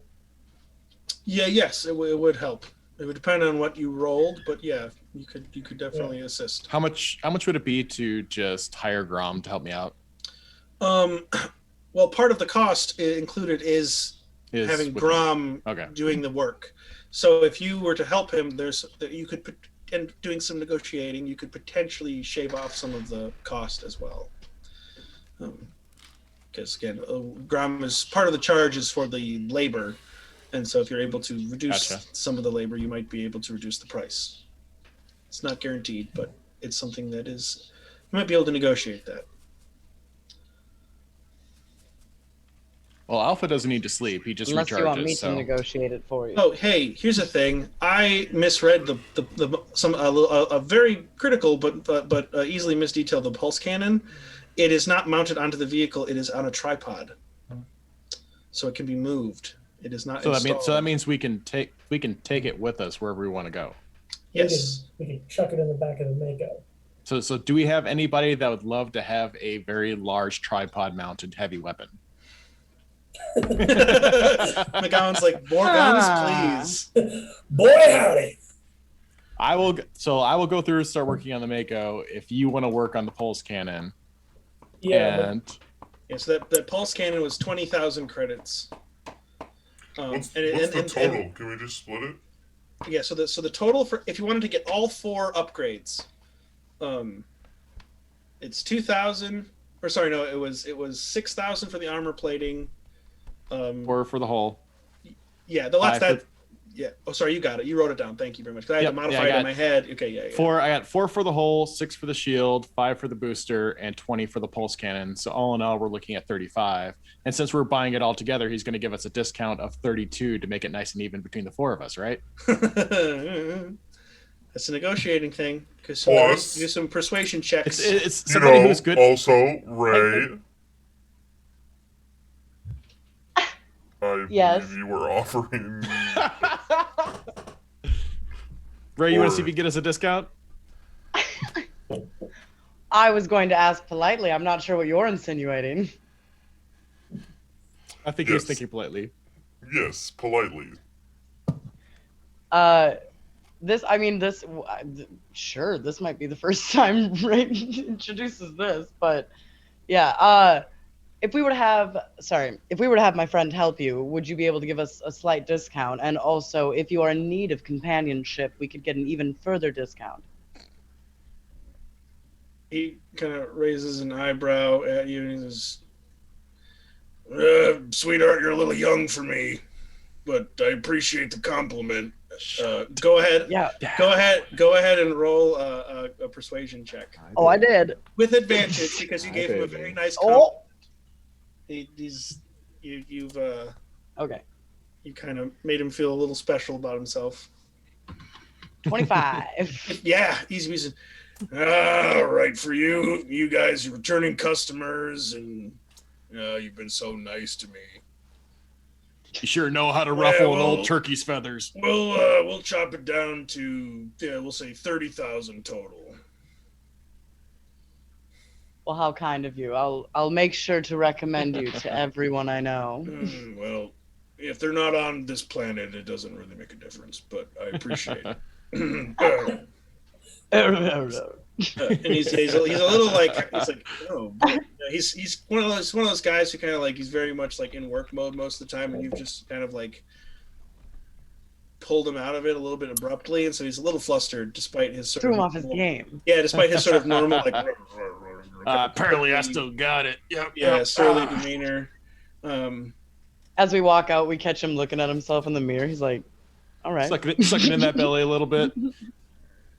So, All right, so that's 7,500 apiece. Yep. Heard. So yeah, I can afford that. Easy. I forgot how to do math for a second. That was what that was. Math are hard. Okay, so who's gonna work on the Mako? So I'll be on the Mako the whole time. Okay. Anyone else? McGowan, are you gonna stay here and help, or are you gonna cross one of the other things off the list? I think McGowan is gonna go to Delzino's Okay. and pick up the truck. Okay. Is anybody going with McGowan? I'll go with McGowan. Okay. When do you want to reach out to Waylon to find out how long it would take him to get us the ship to go to the STG base? I can do that. Was Torque saying yes? Yes. Okay. Yeah. I just heard.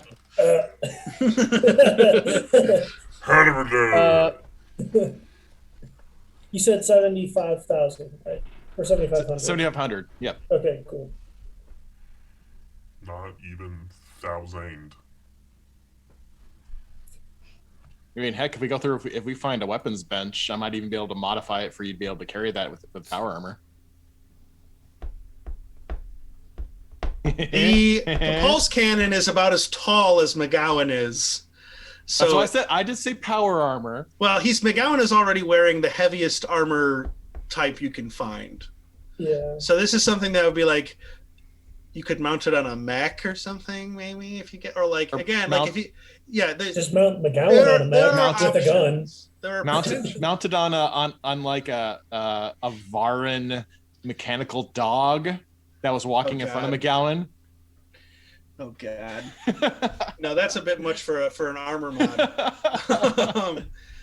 A giant death cannon. Just go through and turn Omega into a walking tripod. Okay. Okay, and I will kind of like I will send you guys the characteristics of the pulse cannon. Sure. And I'm just gonna do it in our little Facebook. Or no, I'll do it in the Discord, so it's kind of in a place where it'll be a little more Dig sword? static. I'm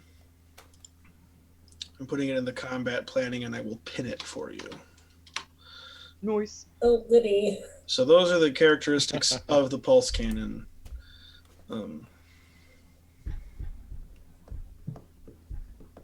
Combat planning.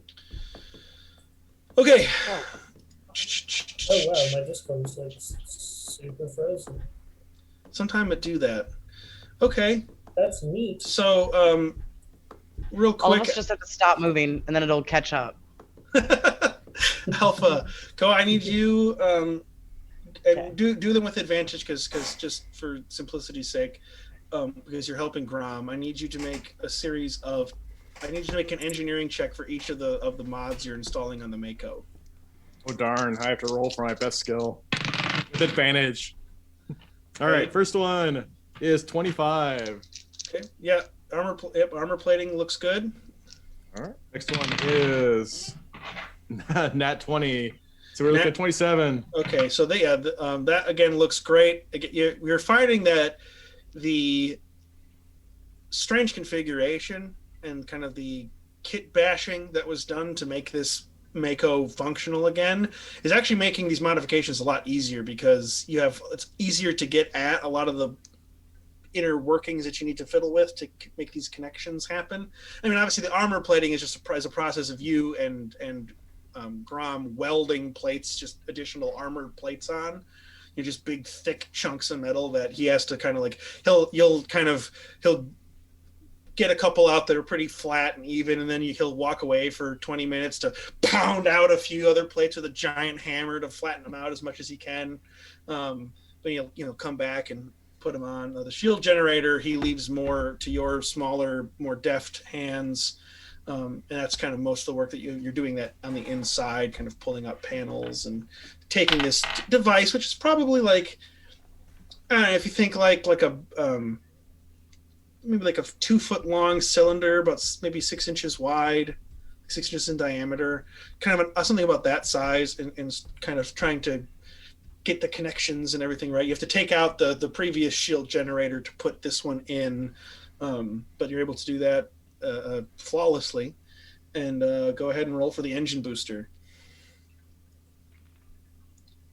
Nat 20, so 27. Engine booster goes in Shit. flawlessly as well. And these, rather than being like engine boosters, it sort of takes that same concept that the Mako has with the sort of descent control thrusters, but puts them on the back as well. So it will increase the speed while the Mako is driving. You know, McGowan, at some point in time, we could try that with you. You know, the boot thrusters you've got, we can just put them on your back. I like them on my boots. Just face first into the ground. Yeah, I might be a little top heavy to have them on the back. Okay, so while all that is going on, and then go ahead and roll for the make the repairs on the pulse cannon. 26. 26. Also great. You rolled really high. You didn't add any time to any of those. If you rolled low enough, it would have taken longer to do the maintenance. But yeah, you're done with it. And while all that's going on, the pulse cannon, you've managed to armor it up a little bit to kind of protect some of the wires and the kind of inner, like the power supply and all that stuff. But it's a pretty kind of janky job given the limited resources you have to work with. And but it will work. You test it out.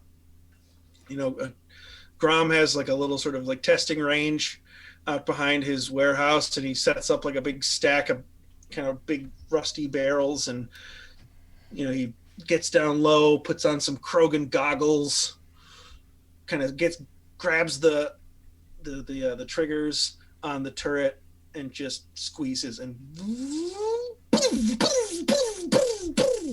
kind of fires off these like slow firing single shots, sort of a semi-automatic kind of speed to it, where it's like one shot of these kind of blue beams, these blue pulses of energy that shoot out from it. And it is pretty impressive. As you can see there, it does minimum of 2d10 plus modifiers damage. So it's not like a tank buster, but for heavily armored infantry, other light vehicles, Big monsters.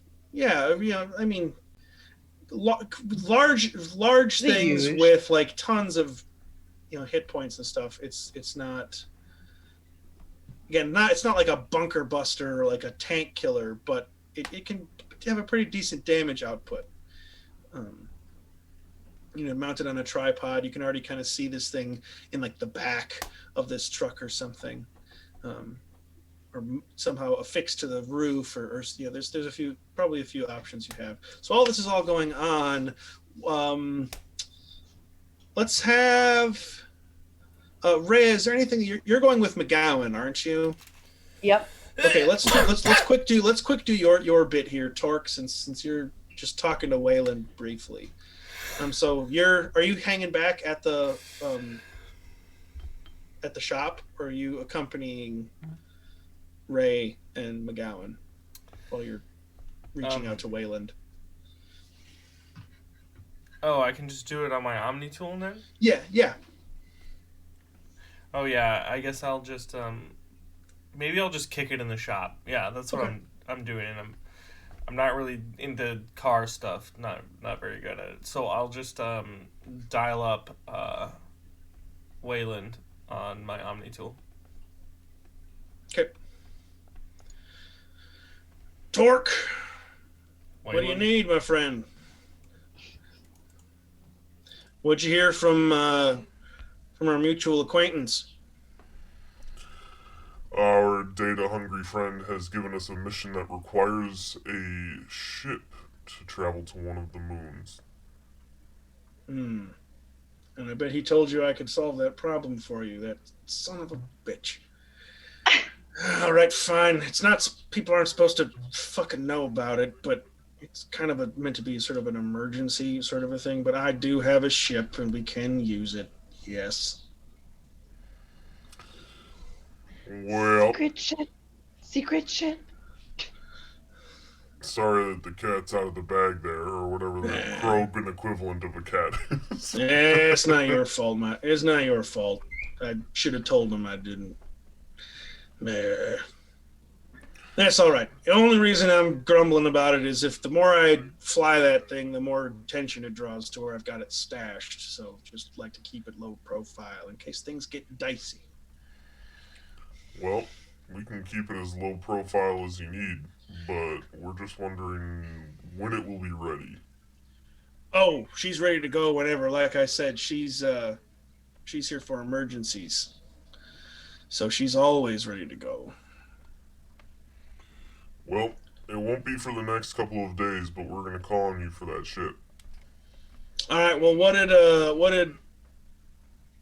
did Troll want? What did he ask you to do?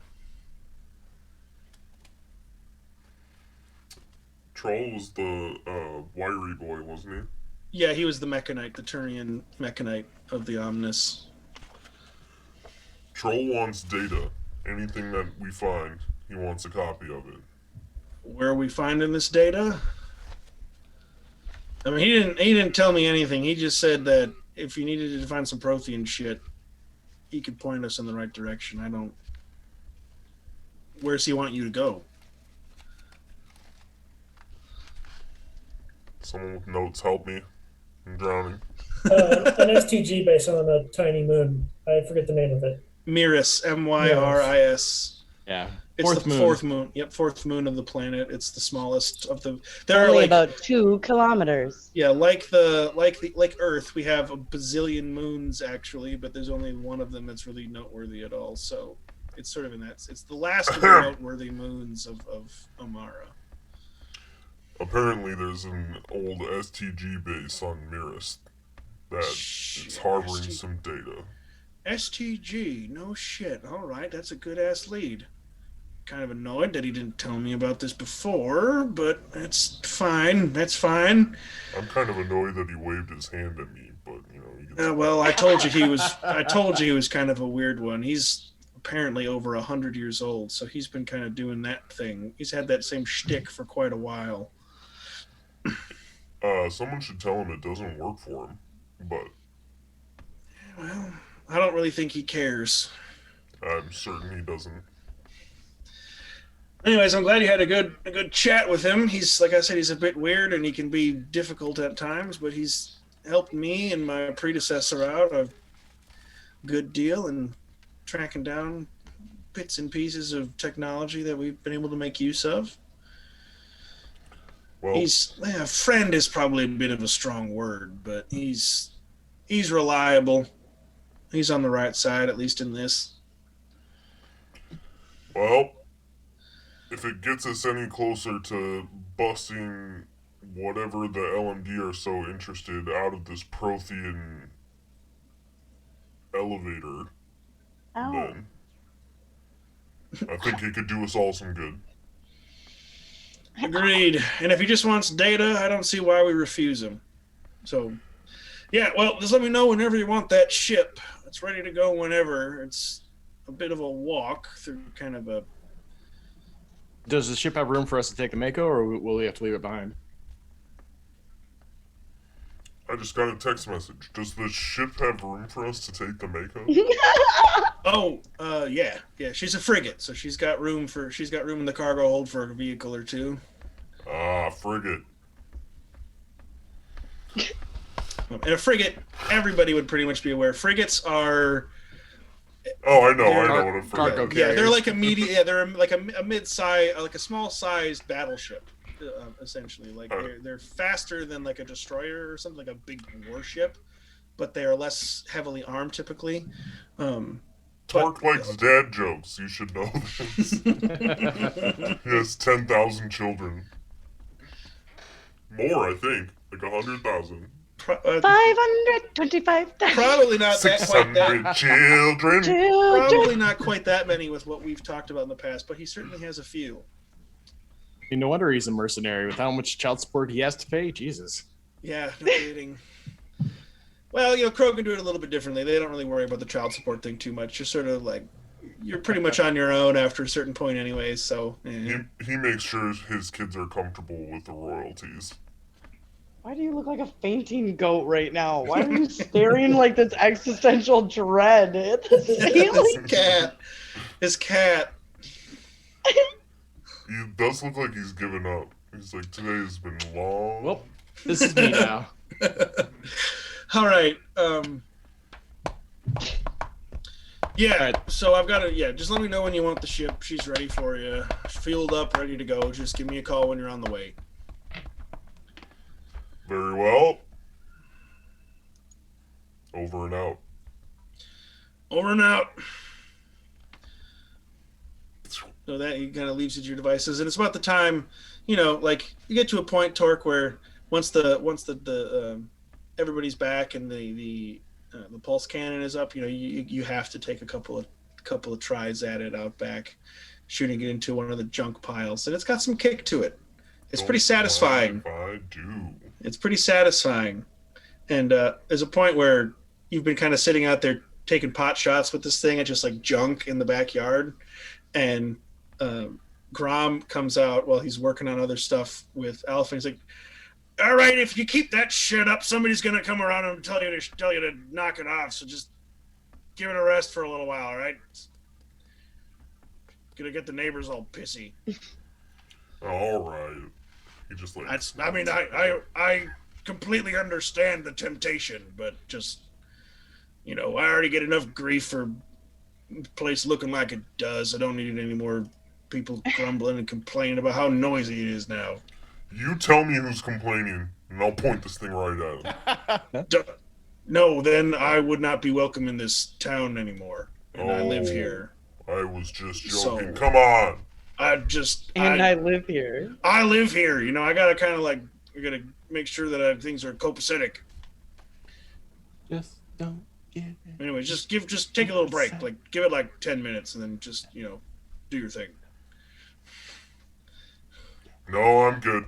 I gotta log on and play some games with the kids anyway. Some good old. Oh yeah. Some good old parental time. I like it. All right. Well, good to see the younger generations are taking things a bit more seriously these days.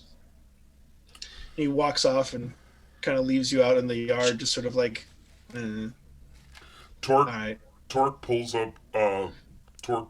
Oh, what's the game called? I forgot. Galaxy of Fantasy, is that the one? Yeah. He pulls up the Galaxy of Fantasy chat on his Omni tool, and the feed just like blows up with like hundreds of messages, and they're all his kids. And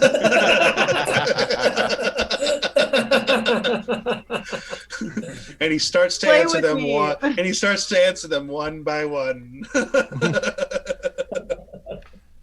It's just words with friends, and they're all his kids. He just puts in one sentence each time, or one word each time. So meanwhile, Ray and McGowan, you guys are making your way over towards Delzino's shop, which is also kind of in the central market district area. It's a very general store, kind of more of like a modern general store than like an old-timey Western general store. It's kind of a big square building with a few front windows and a big sign on the top. It says, it's with some of the letters that aren't working. It's like a CVS and yeah. Well, more of like, I don't know. Trying to think of. Let's say it's almost like a surplus. Well, no, Vericourse is a surplus. Oh, this is almost like a Target, but like not as clean and with not quite that level of variety. Yeah. Okay. It's a big department store. So like a Kmart. Yeah, that's actually that is perfect. Actually, it is a Kmart.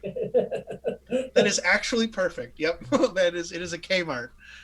I kind of forgot about Kmarts, to be honest. I don't know that I can't believe Kmart has not gone the way of Circuit City. It's pretty incredible. It's almost there. It's got to be, There's only a couple left. There's the one over where Torque and I used to live, and then McGowan and I used to live, that I think is still open, but it's got to be one of the last ones. Anyways. Oh, that thing, yeah.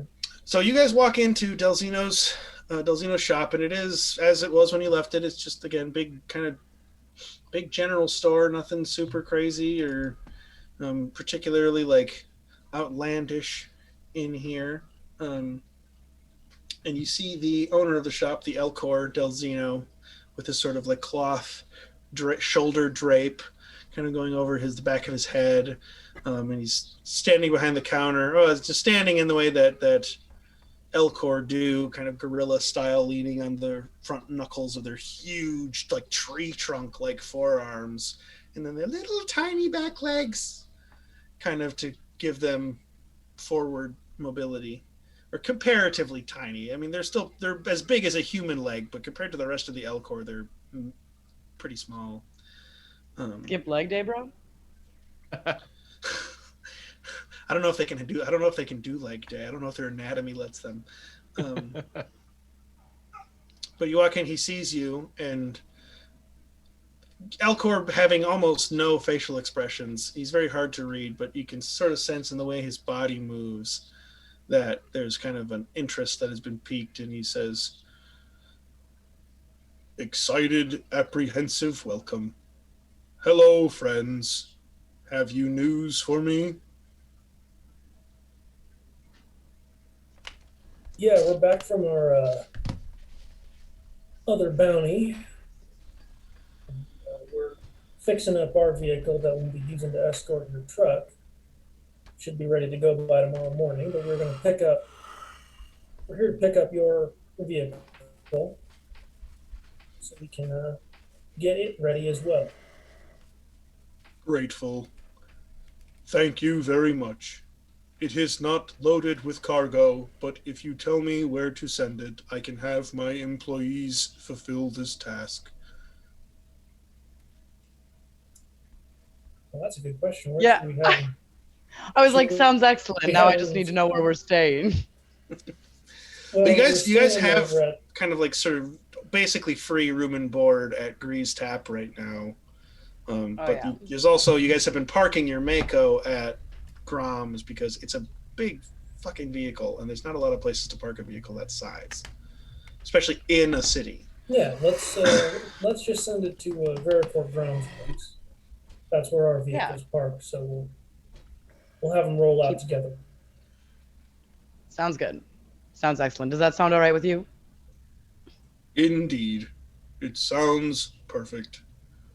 Just let me know when you are ready, and I will have my employees drive the vehicle over. We're ready. How should we let you know we're ready? We're ready. Well, if we're let's first thing tomorrow morning. Very good. I will ensure it is done, and I appreciate your assistance in this matter. The pleasure is all ours. What's your charisma? Why are you acting this way? My charisma? Yeah. To be fair, Elcor are a bit tough to communicate with once you get used to it because they mostly communicate through 18. pheromones that other species can't pick up on. So you never really know exactly. Like, the fact that they have no emotional inflection in their voice can be a bit disconcerting. I get it. Sorry. No worries. No, my charisma is Playing at along. 18. I'm much better apologizing than to mine. Ray, not you, Mike. Apologize to me too, damn it. No. Fine. Anyways, She's talk about this real later. charismatic, you know. She puts it all out there. Yeah, I guess charismatic just means that you talk a lot. It doesn't necessarily mean that you're good at it. Oh no, that's the joy of it. Is whenever I play a character with really high charisma, I just can't. I'm terrible at speaking, as you can hear right now.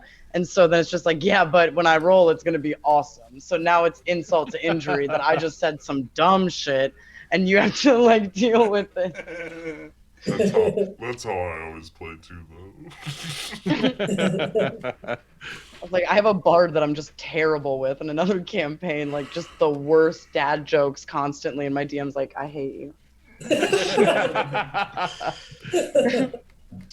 But yeah. So with that, with your questions answered and kind of an arrangement made, Ray and McGowan, you make your way back to Vericore Groms, and you guys have enough time to get a long rest in if you need it, just to get a good, proper sleep. Because even if you don't need a rest mechanically, if you don't sleep, you will start to suffer from exhaustion, which can kill you eventually.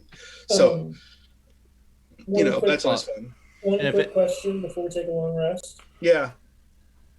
The feet of the tripod that the gun goes on, are they solid? Is there a hole in them to like bolt them to something?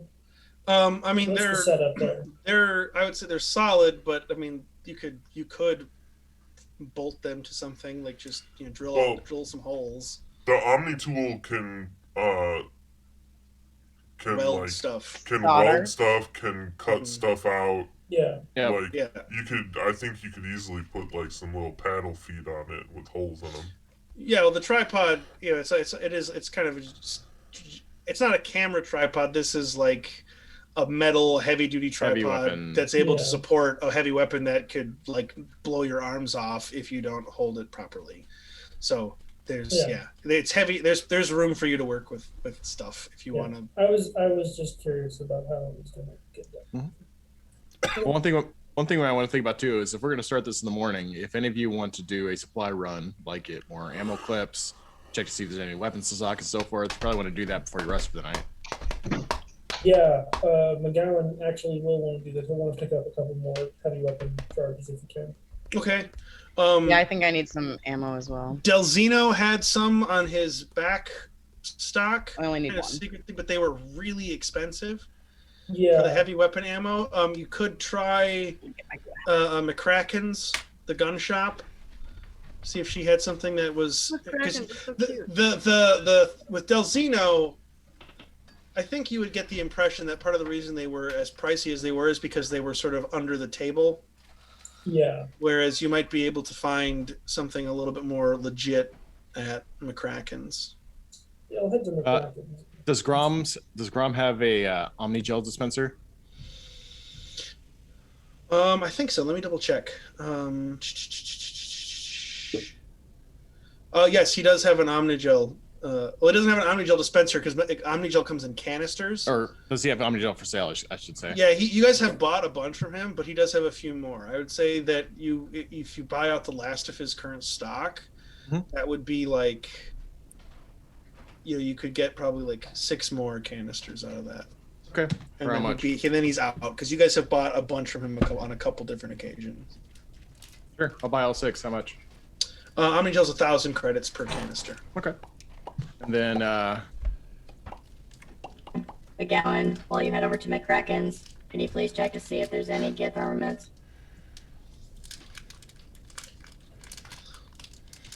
McGowan just gives a phone that was McGowan, not Dan.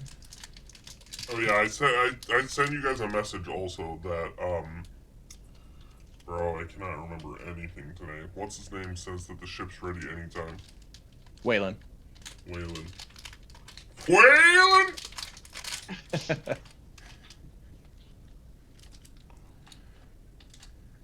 Wailing down the river. That's it. I mean, Waylon's got a spaceship. Next time you go into his bar, CCR is just. Waylon's got a frigate. Just.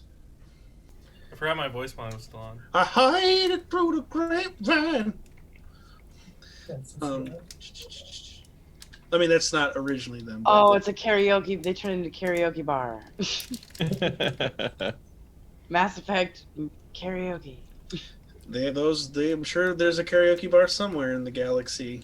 Oh, every civilization has a karaoke bar.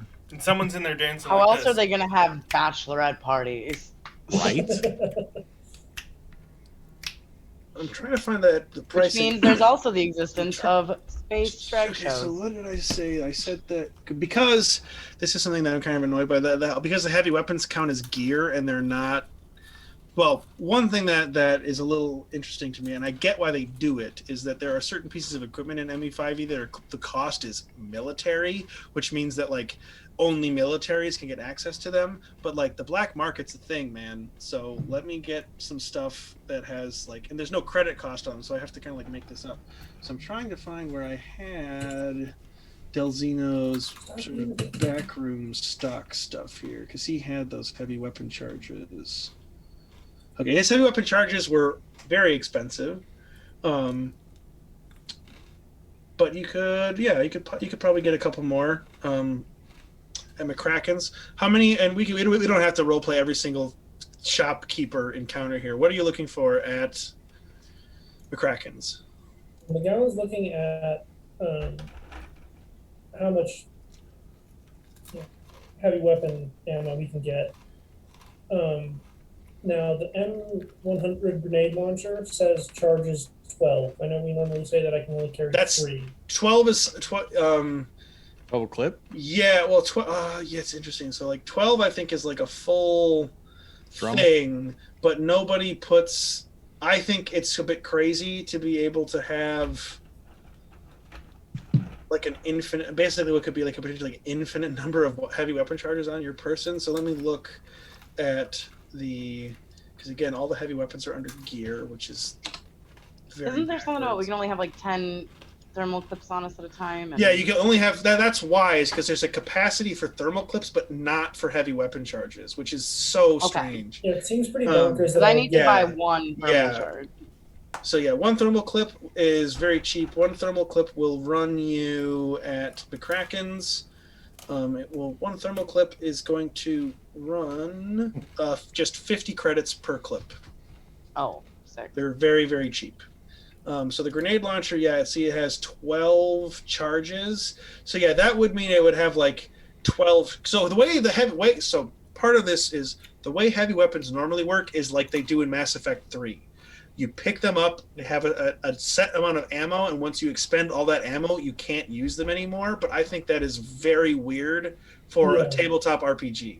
So I have said that you can have like 3 heavy weapon charges no matter which weapon you have on your person. So some of those charges will be more useful if you pick up better heavy weapons. And it just because the way that the ME5E system is very much a work in progress, and there's some balancing stuff they got to work out. And I just think like it makes sense from the standpoint of like that's how it works in the video game, but from the standpoint of it being like an RPG with like a through line and you're not just playing combat missions. Like if you're just playing combat missions, great, that works perfect for that. But I just don't really think it works for like a campaign. So I've modified it a little bit. So that it's based on your carrying capacity. That being said, we did also establish that you can store additional charges in the Mako's cargo holds. Yeah. So I fired 2 grenades last time. So how much would 2 heavy weapon charges? 2 heavy weapon charges total. We'll say from McCracken's, 2 heavy weapon charges. They would each be like 25,000 a piece because again, these can be pretty potent. Holy shit! Yeah, dude, these are like tank rounds. McGowan will buy one. Yeah. It's the incentive to save the heavy weapons for when they can potentially do the most, rather than just shooting them willy nilly into a bunch of grunts. Because they can really unbalance combat quite quickly if you make them too easy for people to use, I think. So I've made them a bit more of like sort of special circumstance weapons. Like you really want to conserve your ammo, and like using them on the Bahir is exactly what they're meant for. You just didn't roll very well, which is unfortunate. Yeah. So. Well, I'll buy one, and then Alpha asked me to look for any sort of Geth armaments. There's no Geth armaments. Honestly, like Geth weaponry is pretty uncommon outside of Geth controlled territory. They don't really. What I expected. Yeah, they don't really need to.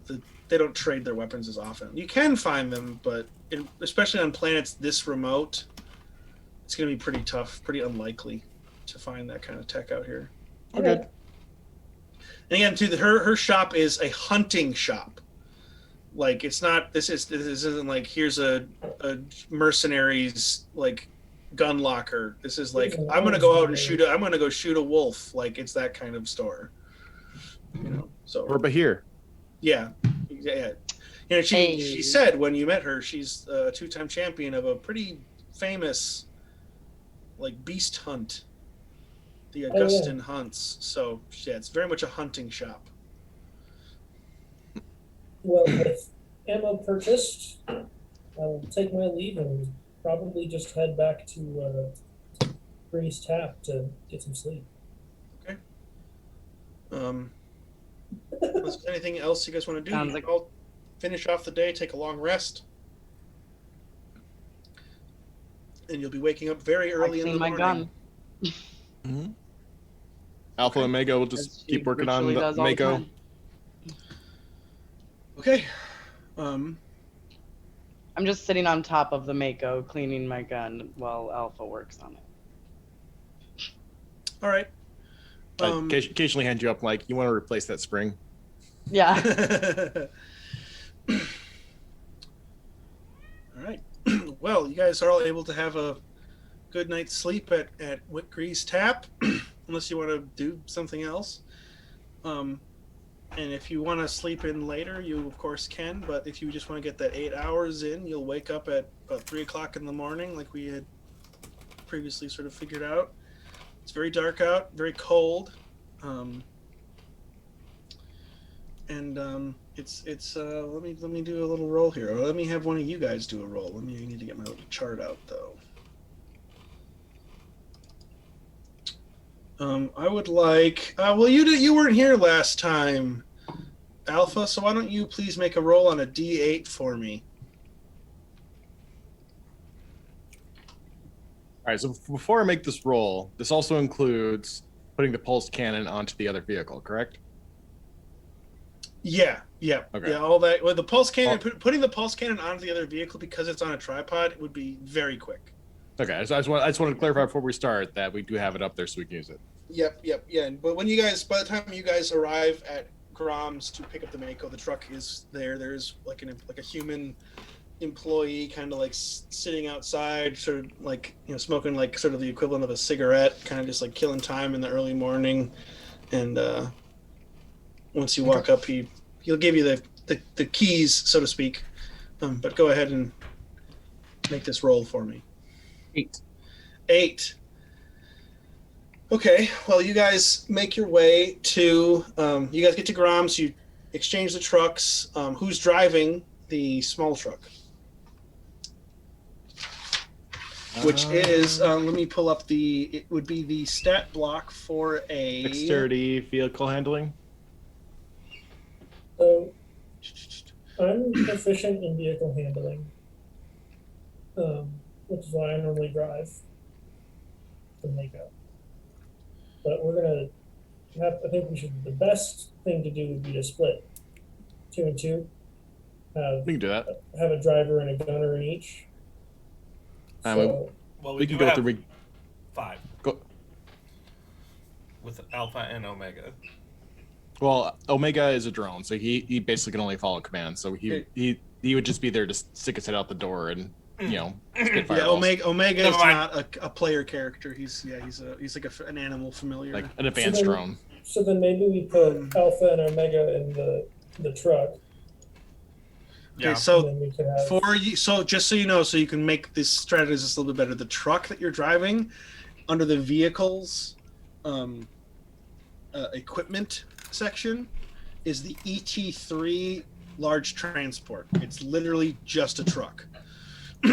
Would I be able to basically plug into the Mako and drive it via electronics versus physical? No, you wouldn't. No, that's not something that you'd be able to do. The Mako requires manual control, especially this one because it's a piece of. Well, it's not a piece of junk anymore. You guys made it pretty awesome, but it's still way more advanced. Yeah, it doesn't. Horns. Well, do something like that would require like the AI hacking spell, which is a pretty high level spell for this game. Yeah, that's higher than I can do right now. Yeah, you can do very basic. Like you were able to hack the mechs because they're just basic like construction equipment and slow moving. Yeah, there's not a lot of expectation that people are going to try and like take control of them and kill their own guys with those. So it's easy to there's not a lot of defenses keeping you from taking control of those things, and yeah, Mako's a little more complicated. I can go through and I can drive the truck. However, Omega will not be able to handle the gun. I think I know a few people that wouldn't mind handling the gun. Handling what now? The plasma gun. The pulse cannon. Pulse cannon. Pulse gun. Do you want to do that or do your normal gun in the Mako? Which big gun? If it makes any difference, the Mako is technically 2 big guns because Yeah. of the 2 different weapons on it. Yeah.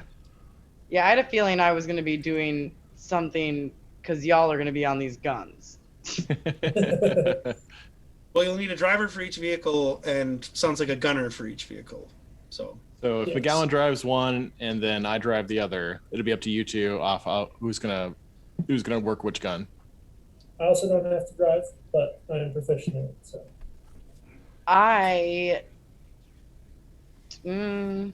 I have a better armor, so maybe I should go in the armorless truck. I'm definitely better at Fair. shooting, but if you want to be the gunner, I can try driving. well, No. McGowan So- and Alpha are driving. yeah. So I'll drive the Mako. Okay. I'll drive Sounds the truck. Sounds like Rhea, you're with me in the Mako. Okay. Torque, probably gonna just be hanging out on top of the truck. Yeah!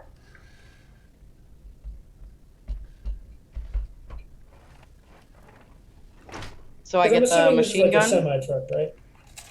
if you are taking the Mako, Ray, you have if you have your stat block for your Mako, it's a coaxial cannon, so you can switch it between a machine gun and like a mass accelerator cannon, which the machine gun has a secondary function where you can, instead of targeting a single target, you can use it essentially as a large burst fire weapon. And instead of it being an attack roll, it's a dexterity saving throw for any target or any potential target within an 8-meter firing cube.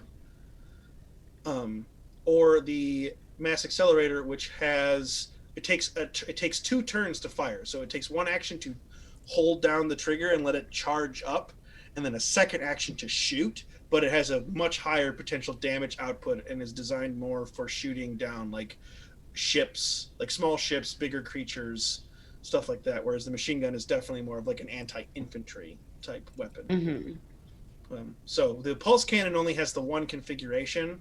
The Mako has a couple different weapons, but there's a sort of strategy to just choosing which one you want to use. Because again, while the Mac cannon is more powerful, it takes 2 turns to fire. So you have to spend an action to charge it and then an action to shoot it.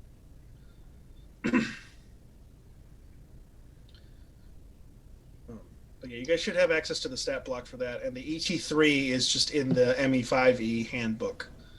And just so I'm got the image in my head right, this is like a semi truck, right? It's like a box truck kind of a deal. Yes, yep, it's a box truck. It's sort of a sci-fi box truck, but yep, that's pretty much it. Well, So in the ET3 we'll have Alpha driving, Omega riding shotgun, and Torque on top of the gun. yeah. Do we want to? Here's another, not to get too detailed, I'm trying to find this info. but it's under equipment, and then Vehicles. Yeah, under equipment and then vehicles. And it's Oh, under this isn't the new thing we got in the drive. Nope. The thing that you No. got in the drive is your Mako, your customized Mako, which Okay. I'll make the changes to it because you did some upgrades on it. So let me go ahead and make the changes to the But yeah, if you look up the M35 Mako in the handbook, it gives you the machine gun and the mass house Yeah. accelerator. Well, cannon. if you use the Google Drive that I provided for you guys, it has all of the modifications included in it, so you don't have to make separate notes for those. It has all of that. It has the burst fire. It describes how the mass accelerator cannon is supposed to work. Is the top of the cab level with the top of like the carrying section of the truck? I would say there's a slight height difference that the back is a little bit higher up, maybe like a foot. Okay. All right, let me see. I'm trying to find. Probably just welded. Yeah, so it's if you go to your ME5E Aftermath player folder and go to custom NPC vehicle stat blocks, and in vehicles, the Fearless modified M40 Mako should be in there. It should be the only thing in there. And if you don't have access to it, I will invite you to the Google Drive after we're done. Yeah, I was like, give me another invite because I have access to my Mass Effect stuff, but I don't see. Yeah, I think I need the invite as well. I think I have everybody. It looks like I have everybody in here as an editor on this folder.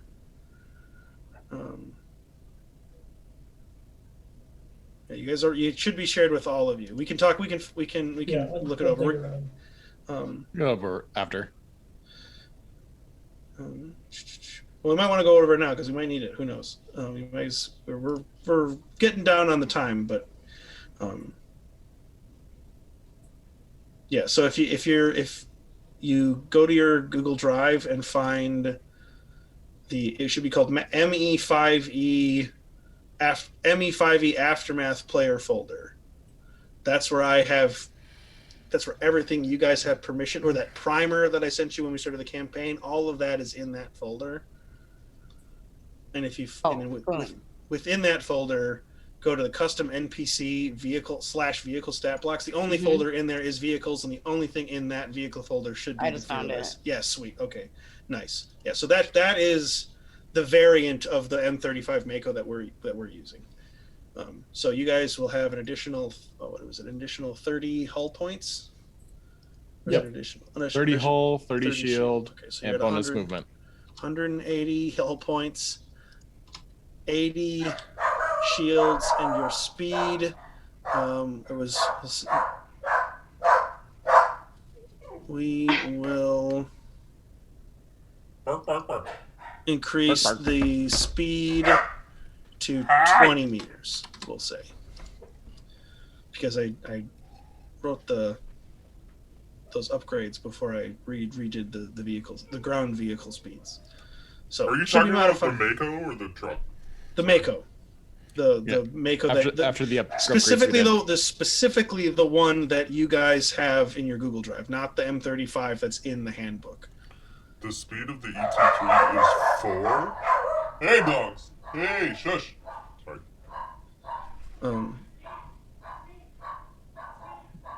Sorry, what did you say? The speed of the ET3 is 4?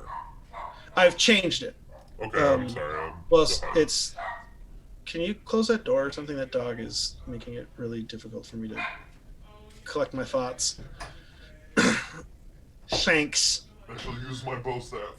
Yep, that's what that's designed. That's what that's for. Fuck. So close. Yeah, so we'll say for the speed for that vehicle would be like 16 meters around, because again, I've changed all the land vehicle speeds are super weird to me, so I'm modifying them all as we encounter them and it becomes necessary. So we'll say the speed for the ET3 is 16 meters rather than 4 or whatever the fuck it is. Because the issue we run into that is that all the land vehicles use the same movement rules that the space vehicles use, and it doesn't really translate. It works well for the space vehicles. It doesn't work so well for the ground vehicles. All right. Well, so as you guys, you've got where do you want to put the gun turret? I would think on top of the box if it's sturdy enough for that. Yeah. Yeah. On top of the box, you could do it. There's no cover up on top of the box. Torque, do you need cover? Depends on what we're facing, but usually no. Well, let's put it on top of the box, and if we have to adjust, we have to adjust. Yeah, it doesn't take. It takes you almost no time to weld it into place. It's easy enough. You don't even have to roll for it. It's just welding metal to metal, which your Omni tool could do just fine. And as you guys load up, kind of taking your seats in your vehicles, and beginning to drive out of town, heading southwest on the road, it starts to snow. And it starts to get heavier and heavier, and it takes about an hour before you are not in a snowstorm, you are in an ice storm. Your visibility is heavily obscured, so you essentially count as being blinded. Shit. Whoever is the gunner on the Mako, you will need to you are technically vulnerable to exposure during this, because the canopy, the gun cockpit canopy, is not airtight. I'd say it'll confer some kind of benefit to you. It might not be advantage, it might just be like a plus, like an additional plus to your roll. But blinded, for those of you who are not familiar, and I don't actually have this committed to memory because I don't actually encounter this particular status effect terribly often. I just missed the page.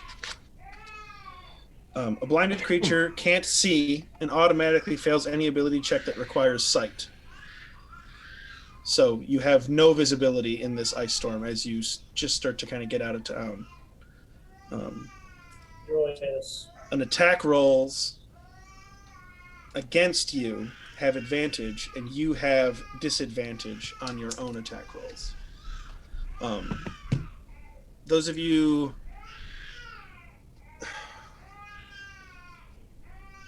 you all can't see pretty much. The lights on the Mako don't seem to be doing anything, and it's actually you're having to go quite slow, and you're feeling the ice storm. It's hail, but it's also it's like below zero, and there are these incredibly fierce winds that are rocking the vehicles on their suspension, and you can feel the ice building up on the outside and on the wheels, and eventually you just have to come to a complete stop because you can't see anything, and your windows have been completely iced over, and you are stuck. And I actually need Ray to make a Constitution saving throw, since you are currently the only one exposed to the elements. Am I not? Oh, you are too. You need to as well. On top of the truck. For some reason, I had it in my head that you were in the passenger seat. No, you 15. You would need to as well. 15. Okay, what did you get, Torque? This whole time, I'm like, aren't I standing on top of the truck? Am I getting Don't covered forget- in ice and shit? Don't forget your extremophile. Like a boss. Oh yeah, Hey, he's extremophile. He does not mind. But I think you still have to roll with advantage. I think. Let me double check. I don't think it just means you're not troubled by it. It will confer a benefit. It's not just going to make it a non-issue. I don't think. Let me double check though. Well, it should even be on your character sheet. What does your extremophile feat say? Your racial trait. Your body is naturally acclimated to live in harshest environments. You have advantage on Constitution saving throw to resist exhaustion due to environmental hazards such as extreme heat or cold. Additionally, you can go twice as long without food or water before. Okay, so you do get advantage on this. Rhea, you are suffering from 1 point of exhaustion as the cold and the ice just begins to take a toll, and it's more than your suits, which have a basic level of environmental protection. But it's more than your suits are designed for. This is some extremely fierce manifestation of the forces of nature. And as you guys find yourselves almost coming to a crawl. I rolled a 22, by the way. Yeah, so Torque, you're good. Despite the fact that like you've got ice like all over your head plate and you're having to kind of like brush it off your face and away from your mouth and nose, it's not really bothering you too much. It's more of an annoyance than it is like an actual problem. But you can tell that this is, the longer you're out here, the harder it is going to be for even you to resist this, because this is Tachanka level of nature just doing nature at its most ferocious and most I'll remind you of unforgiving. home. So as you guys kind of come to a stop, Yeah. do you need to confer with anybody, Ray? If you want to move inside or something, you can do that. I mean, yeah, at this point, I'm probably just gonna go down and be like, well, I don't know, we're good for now. Wait. Yep, tips are still there. We're good. Yep. Torque shakes off like a layer of ice. Just like... Yep.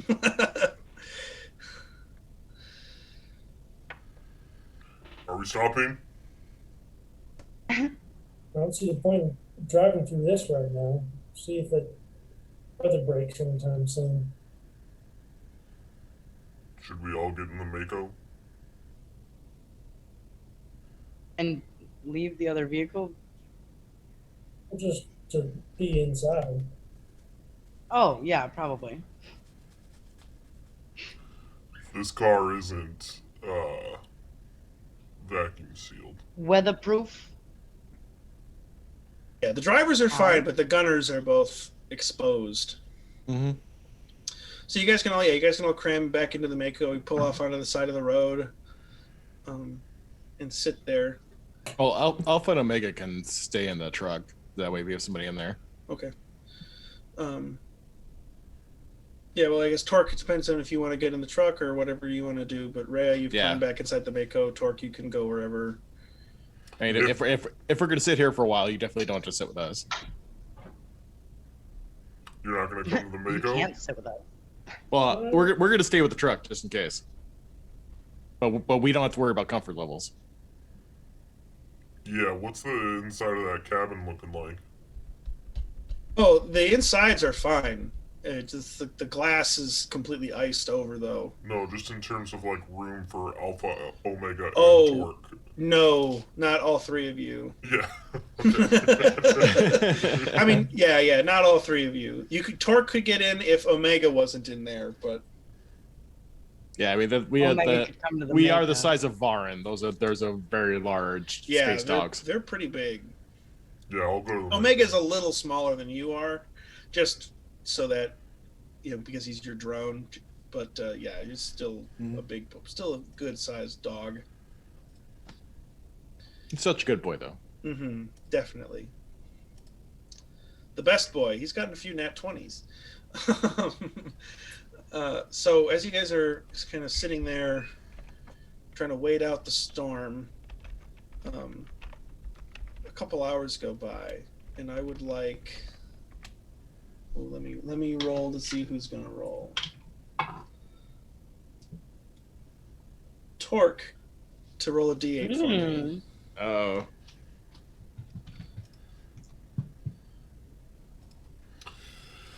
A D8, you say? Yes, sir.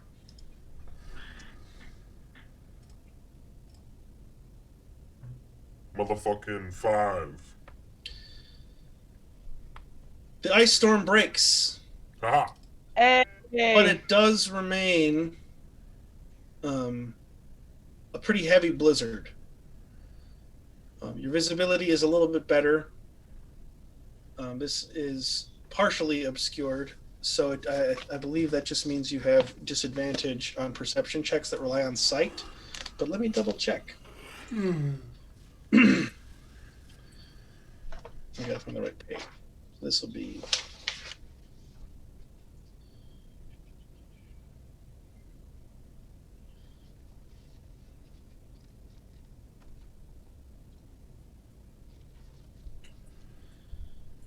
So lightly obscured Yeah.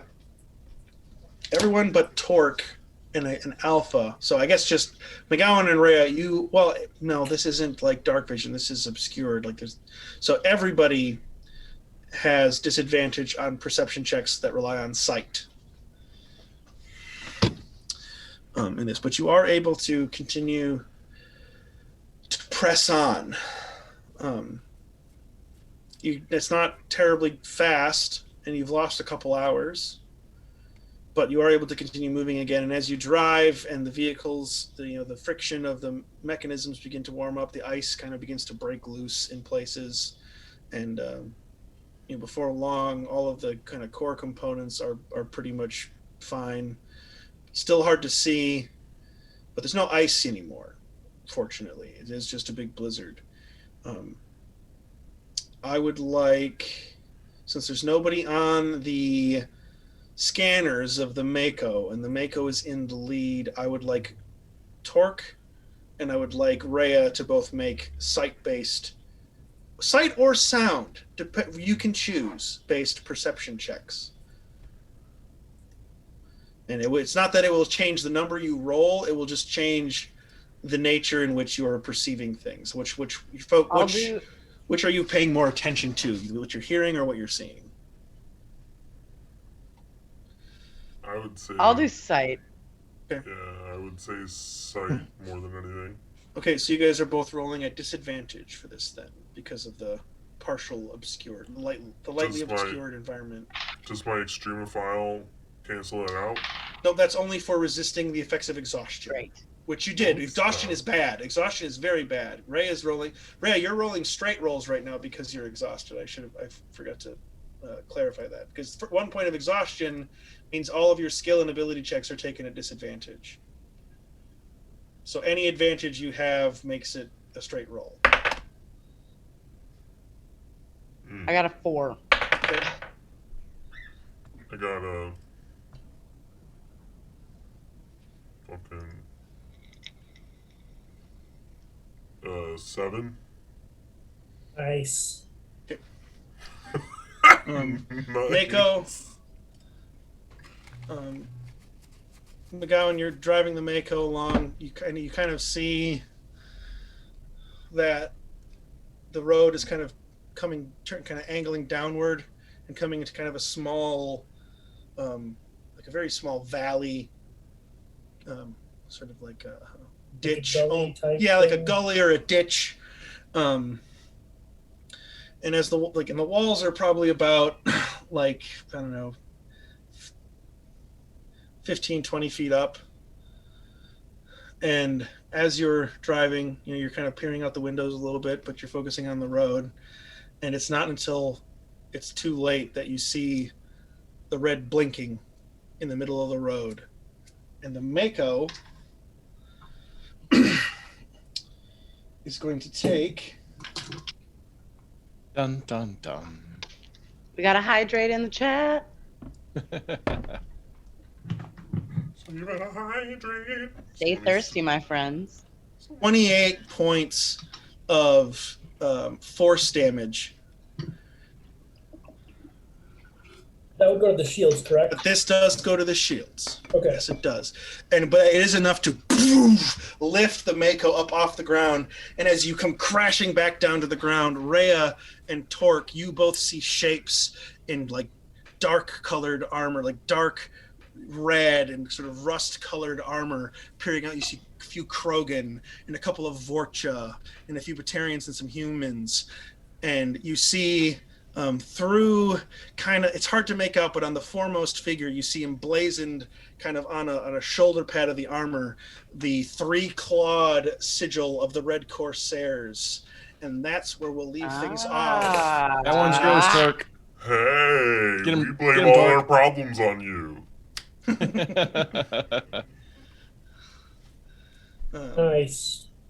Yeah, that's where we will pick up. Dang, all right. Yeah, and That's a good Rhea and Torque behind you saw this bloom of like a blue and orange explosion as the Mako was like kind of lifted up, and your ET3 kind of bumps into the back of it a little bit as the Mako stopped dead in its tracks, and sort of with that spectacle and that reveal. That's where we'll leave things off tonight. Shit. Okay. Great sash, y'all. Yeah, that was It's good. fun. Yeah. That was good. Lots of good RP. Lots of good RP the last few sessions. I couldn't remember a goddamn thing though. That, you know. I mean, that happens. You like, I got into that one I just conversation accept. and you like quizzed me, and I was like, ah, fuck. I was like, I accept the fact that I have just like terrible memory issues. I'm like, I can take notes. I'm doing my best. Like, I did take notes. I just took notes on everything but what you asked me, which is pretty much the basics of it. You took notes. that sounds like my That's entire right. like high school time. That's all right. We can always naggle it if it's sort of a recent memory. And the other thing too is like if you guys do forget stuff that's important and that I feel like isn't something that I can just remind you, I can make you take a history check to see what you remember. You know, so it's not the end of the world if your notes aren't airtight. My and this is probably a me problem. That I would feel very stupid if I had to take a history check about something that you told me like 5 minutes ago and it didn't roll well. Yeah. That would be really I'd feel funny, like though. a fucking dumbass. It'd be really funny though. Anyways, well, thanks for joining us tonight, everybody. Yes. Oh, we're gonna thank wave you. again. We're gonna wave again. We're gonna do a little wave. We'll be back in 2 weeks with another episode 13. We'll see what happens with this encounter with the Red Corsairs and potentially what lies beyond. I hope you all have a good couple of weeks. And I don't. well, that's just rude. Yeah. Bye. Bye. Oh, keep saying goodbye. I don't have OBS open. All right. Oh my God, it was so nice to see you all. Bye. Oh my God.